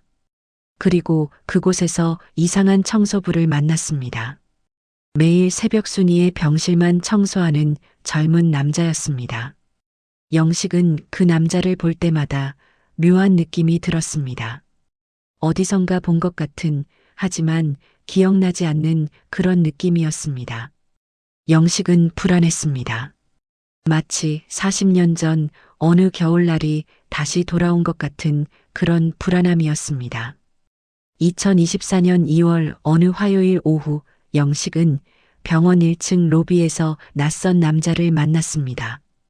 50대 중반으로 보이는 이 남자는 깔끔한 정장을 입고 있었고 손에는 서류 가방을 들고 있었습니다. 남자가 영식에게 다가와 명함을 건넸습니다. 안녕하세요. 박민수 변호사입니다. 영식은 당황하며 명함을 받았습니다. 저한테 무슨 일이십니까? 박 변호사가 차분한 목소리로 말했습니다. 잠시 상담실에서 이야기 좀 나눌 수 있을까요? 영식은 불안한 마음으로 박 변호사를 따라갔습니다. 병원 2층에 있는 법률 상담실로 들어가니 이미 미숙이 앉아 있었습니다. 영식이 놀라서 물었습니다. 형수님은 왜 여기 계세요? 박 변호사가 대답했습니다. 제가 두 분을 모두 모셨습니다. 영식과 미숙은 서로를 바라봤습니다. 10년 만에 만나는 자리였지만 반갑지 않았습니다. 박 변호사가 의자를 권하며 말했습니다. 앉으세요. 중요한 이야기를 해드려야 합니다. 박 변호사는 서류 가방에서 두꺼운 파일을 꺼냈습니다. 그리고 천천히 입을 열었습니다. 두 분 700일 호실에 입원한 순이 씨를 아시죠? 영식이 고개를 끄덕였습니다. 박 변호사가 계속 말했습니다. 그분의 병원비를 누가 내는지 궁금하셨을 겁니다. 영식과 미숙은 긴장한 표정으로 박 변호사를 바라봤습니다. 박 변호사가 파일을 펼치며 말했습니다. 순이 씨의 아들 이현석 씨가 내고 계십니다. 영식의 얼굴이 창백해졌습니다. 현석이가 살아있습니까? 박 변호사가 고개를 끄덕였습니다. 네, 살아계십니다. 그리고 지금 이 병원에 계십니다. 미숙이 끼어들었습니다. 그게 무슨 말이에요? 박 변호사가 서류를 하나씩 꺼내 보여주기 시작했습니다. 이현석 씨는 1984년 12월 15일 미국 뉴욕의 한인 가정에 입양됐습니다. 양부모는 건설 현장에서 일하는 노동자였습니다. 박 변호사는 계속해서 현석의 이야기를 들려줬습니다. 양부모는 가난했지만 현석을 끔찍이 사랑했습니다. 현석은 미국 공립학교에 다니며 공부에 매진했습니다. 성적이 우수해서 고등학교 때부터 장학금을 받았습니다. 1994년 현석은 뉴욕대학교 부동산 개발학과에 전액 장학금으로 입학했습니다. 대학 시절 현석은 낮에는 공부하고 밤에는 건설 현장에서 아르바이트를 했습니다. 양아버지를 돕기 위해서였습니다. 1998년 현석은 뉴욕대를 수석으로 졸업했습니다. 여러 회사에서 스카웃 제의가 들어왔지만 현석은 거절했습니다. 그리고 작은 부동산 컨설팅 회사를 차렸습니다. 2005년 24세의 현석은 브루클린의 낡은 건물을 리모델링하는 프로젝트를 성공시켰습니다. 투자금 10만 달러로 시작해서 100만 달러의 수익을 냈습니다. 이것이 현석의 첫 성공이었습니다. 2010년 현석은 맨해튼 첼시 지역의 재개발 프로젝트에 참여했습니다. 이 프로젝트로 현석은 1,000만 달러를 벌었습니다. 한국 돈으로 100억 원이 넘는 금액이었습니다. 현석의 회사는 뉴욕 부동산 업계에서 주목받기 시작했습니다. 2015년 현석은 브루클린 워터프론트 재개발 프로젝트로 5천만 달러의 수익을 냈습니다. 이제 현석은 뉴욕에서 손꼽히는 부동산 개발업자가 됐습니다. 2020년 39세의 현석은 자신의 회사를 뉴욕 5대 부동산 개발회사로 성장시켰습니다. 회사 자산은 5억 달러를 넘어섰습니다. 한국 돈으로 6천억 원이었습니다. 현석은 성공했습니다. 하지만 그에게는 평생 잊지 못하는 기억이 있었습니다. 8살 겨울, 눈 내리던 어느 날 엄마의 손을 잡고 어딘가로 걸어갔던 기억. 그리고 다음 날부터 엄마가 사라진 기억. 현석은 양부모를 사랑했지만 친엄마를 잊을 수 없었습니다. 2010년부터 현석은 한국의 사설 탐정을 고용했습니다. 친엄마를 찾기 위해서였습니다. 하지만 입양 기록이 조작되어 있어서 찾기가 쉽지 않았습니다. 현석은 포기하지 않았습니다. 해마다 100만 달러씩 수사비로 썼습니다. 13년 동안 1,300만 달러를 썼습니다. 한국 돈으로 160억 원이었습니다. 그리고 마침내 2023년 1월 현석은 친엄마를 찾았습니다. 박 변호사가 말을 이었습니다. 현석 씨는 엄마를 찾았지만 뇌종양 말기였습니다. 의사는 1년 정도 남았다고 했습니다. 영식은 숨이 막혔습니다. 박 변호사가 계속 말했습니다. 현석 씨는 엄마가 편안하게 마지막을 맞이하길 원했습니다. 그래서 최고의 병원, 최고의 병실을 마련했습니다. 그리고 매일 새벽 엄마 곁을 지키고 있습니다. 미숙이 떨리는 목소리로 물었습니다. 그럼 그 청소부가? 박 변호사가 고개를 끄덕였습니다. 네, 이현석 씨입니다. 영식은 충격에 빠졌습니다. 매일 아침 마주쳤던 그 청소부가 현석이었다니. 40년 만에 다시 만난 현석이었다니. 영식의 손이 떨렸습니다. 박 변호사가 서류를 더 꺼내며 말했습니다. 현석 씨는 40년 동안 엄마를 찾아다녔습니다. 그리고 진실도 밝혀냈습니다. 박 변호사는 1984년도 서류들을 펼쳐 보였습니다. 고아원 서류, 입양 서류, 구청 서류, 모두 조작된 것들이었습니다. 박 변호사가 말했습니다. 대식 씨가 건설회사 인맥을 동원해서 서류를 조작했습니다. 고아원 원장에게 뇌물을 줬고 구청 담당자에게도 돈을 줬습니다. 판사한테까지 로비를 했습니다. 영식과 미숙은 말문이 막혔습니다. 박 변호사가 한 장의 서류를 꺼냈습니다. 여기 대식 씨가 당시 지출한 뇌물 내역이 있습니다. 총 5천만 원입니다. 미숙의 얼굴이 새하얗게 질렸습니다. 박 변호사가 차갑게 말했습니다. 법적으로 고소 가능합니다. 서류 위조, 뇌물 공여, 아동 인신매매. 영식이 떨리는 목소리로 물었습니다. 그럼 현석이가 복수하려고?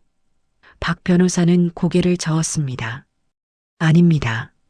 그 순간 상담실 문이 열렸습니다. 청소부 차림의 남자가 들어왔습니다. 현석이었습니다.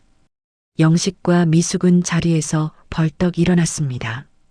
현석은 두 사람을 바라봤습니다. 40년 만에 마주하는 시선이었습니다. 영식은 현석의 얼굴에서 어린 시절 그 모습을 찾으려 했지만 찾을 수 없었습니다. 8살 소녀는 이제 32살 어른이 되어 있었습니다. 현석은 천천히 두 사람 앞으로 다가왔습니다. 그리고 무릎을 꿇었습니다. 영식과 미숙은 당황했습니다. 현석이 고개를 숙이며 말했습니다. 부탁이 있습니다. 영식이 떨리는 목소리로 물었습니다. 뭔데? 현석이 고개를 들어 두 사람을 바라봤습니다. 그의 눈에는 눈물이 고여 있었습니다. 우리 엄마가 마지막으로 당신들을 용서하고 싶다고 합니다. 영식과 미숙은 숨이 멎는 것 같았습니다. 현석이 계속 말했습니다. 엄마는 40년간 저를 찾아다녔습니다. 당신들을 원망했습니다. 밤마다 울면서 저를 불렀습니다. 현석의 목소리가 떨렸습니다. 하지만 이제 엄마는 죽음을 앞두고 있습니다.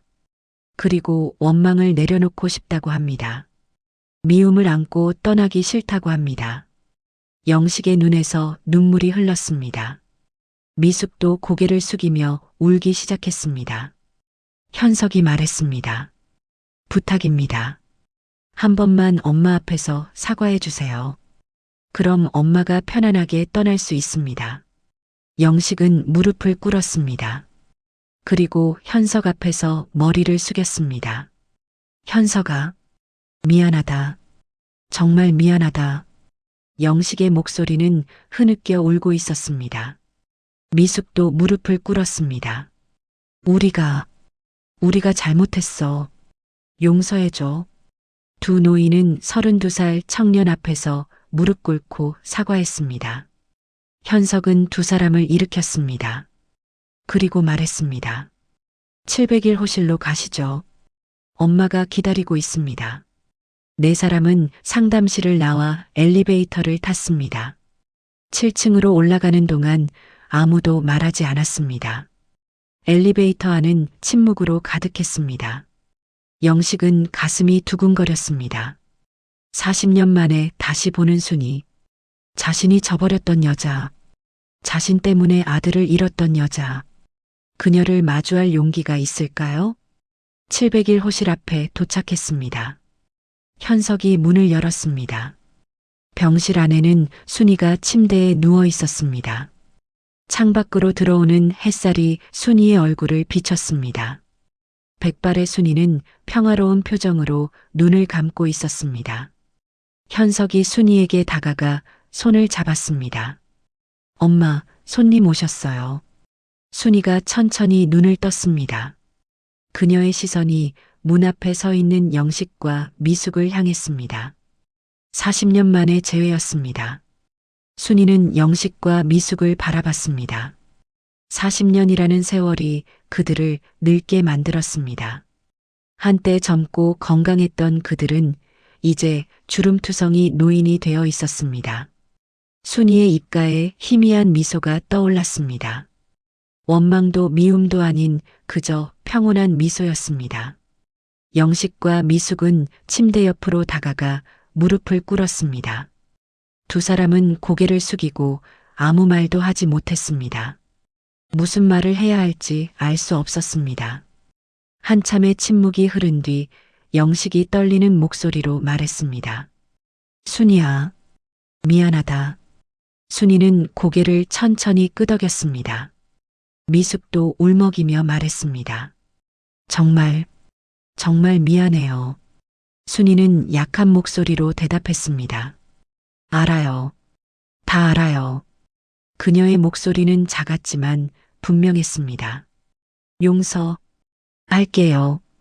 영식과 미숙은 그 말을 듣고 더욱 울음을 터뜨렸습니다. 40년간 지고 다녔던 죄책감이 마침내 내려놓아지는 순간이었습니다. 현석은 그 광경을 조용히 지켜봤습니다. 그의 눈에도 눈물이 고였습니다. 40년간 품었던 미움과 원망이 이 순간 녹아내리는 것 같았습니다. 현석은 엄마의 손을 잡았습니다.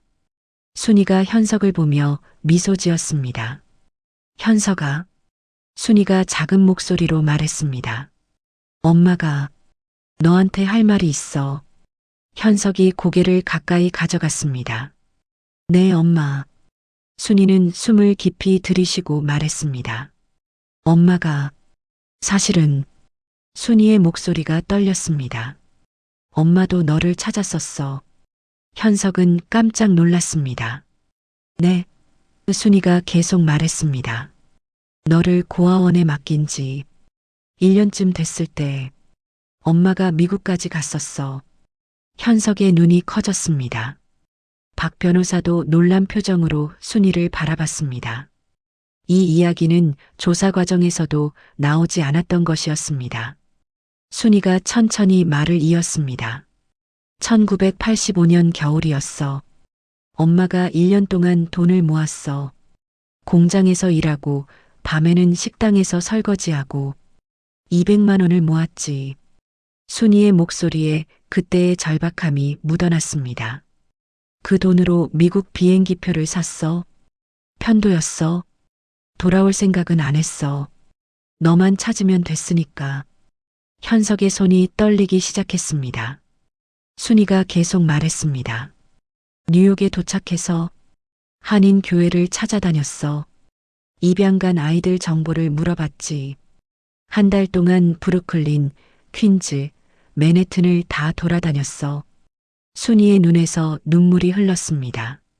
그러다가 어느 일요일 퀸즈에 있는 작은 교회에서 너를 봤어. 현석은 숨이 멎는 것 같았습니다. 엄마가 저를 보셨어요? 순이가 고개를 끄덕였습니다. 응, 너였어. 분명히 너였어. 9살이 된 내가 양아버지 손을 잡고 교회 마당에서 놀고 있더라. 순이는 그날을 생생히 기억했습니다. 엄마는 교회 담장 밖에서 너를 봤어. 1시간 동안 그냥 서서 너를 봤지.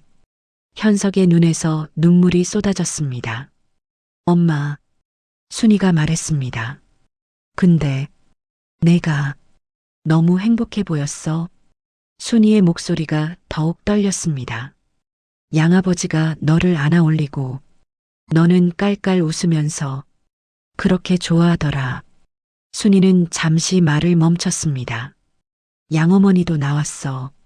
점심 도시락을 들고 세 식구가 교회 마당에서 도시락을 먹는데 순이의 목소리가 흐느껴 나왔습니다. 너무 행복해 보였어. 현석은 고개를 떨구었습니다. 순이가 계속 말했습니다. 엄마는 그때 생각했어. 내가 너를 데려가면 또 가난하게 살 거야. 판잣집에서 굶으면서 추위에 떨면서. 순이는 눈물을 흘렸습니다. 근데 지금 너는 따뜻한 집에서 살고 좋은 부모님 밑에서 행복하게 자라고 있잖아. 순이의 목소리가 잦아들었습니다. 엄마가 너의 행복을 빼앗을 수는 없었어. 현석은 엄마의 손을 꽉 잡았습니다. 엄마. 순이가 현석의 손을 쓰다듬으며 말했습니다. 그래서 엄마는 그냥 돌아왔어. 한국으로. 순이는 그날 교회 담장 밖에서 얼마나 오래 울었는지 모릅니다. 너를 마지막으로 한번 보고 엄마는 돌아왔어. 내가 행복하게 사는 걸 보고 엄마는 포기했어. 순이의 목소리는 이제 거의 들리지 않을 정도로 작아졌습니다. 현석은 엄마를 끌어안았습니다. 엄마, 미안해요. 제가 엄마를 원망했어요. 저를 버렸다고. 순이가 현석의 등을 토닥였습니다. 괜찮아. 엄마는 내가 행복하면 그걸로 충분했어. 영식과 미숙은 그 광경을 보며 함께 울었습니다. 박 변호사도 눈가를 훔쳤습니다. 병실 안은 눈물로 가득했습니다. 순이가 현석에게 말했습니다. 현석아, 엄마가 내 양부모님한테 고맙다고 전해줘. 현석이 고개를 끄덕였습니다. 순이가 계속 말했습니다. 너를 그렇게 잘 키워줘서 엄마가 정말 고마워. 현석이 울먹이며 대답했습니다. 네, 엄마. 전할게요. 순이는 만족스러운 표정으로 미소 지었습니다. 그리고 엄마는 더 이상 아무것도 바라지 않아. 이렇게 내 얼굴 다시 보고 용서도 하고 이제 됐어. 며칠 후 순이의 상태가 급격히 악화됐습니다. 의사는 시간이 얼마 남지 않았다고 했습니다. 현석은 밤낮으로 엄마 곁을 지켰습니다. 영식도 매일 병원에 와서 순이 곁에 앉아 있었습니다. 40년 전 자신이 저지른 잘못을 조금이라도 만회하고 싶었습니다. 미숙도 가끔 병원에 와서 순이를 봤습니다. 세 사람은 더 이상 말하지 않았습니다. 그저 조용히 순이 곁을 지킬 뿐이었습니다. 2024년 2월 10일 오전 6시 순이는 평화롭게 숨을 거두었습니다. 현석이 엄마의 손을 잡고 있었습니다. 순이는 마지막 순간까지 미소를 띠고 있었습니다. 그녀는 더 이상 고통스럽지 않았습니다. 미움도 원망도 내려놓았습니다. 그리고 40년 만에 아들을 다시 만났습니다. 순이는 충분히 행복했습니다. 현석은 엄마의 이마에 입을 맞췄습니다. 엄마, 편히 쉬세요. 사랑해요. 순이의 장례식은 조용하게 치러졌습니다. 현석이 모든 것을 준비했습니다. 빈소에는 순이의 사진이 놓였습니다. 젊은 시절의 순이였습니다. 사진 속 순이는 밝게 웃고 있었습니다. 영식과 미숙도 장례식에 참석했습니다. 두 사람은 순이의 영정 앞에서 오래 서 있었습니다. 40년 전 그들이 저지른 일이 떠올랐습니다. 그들은 고개를 숙이고 묵념했습니다. 3일장을 마치고 현석은 순이를 화장했습니다. 그리고 유골을 바다에 뿌렸습니다. 순이가 생전에 원했던 일이었습니다. 엄마는 자유롭고 싶어? 바다처럼.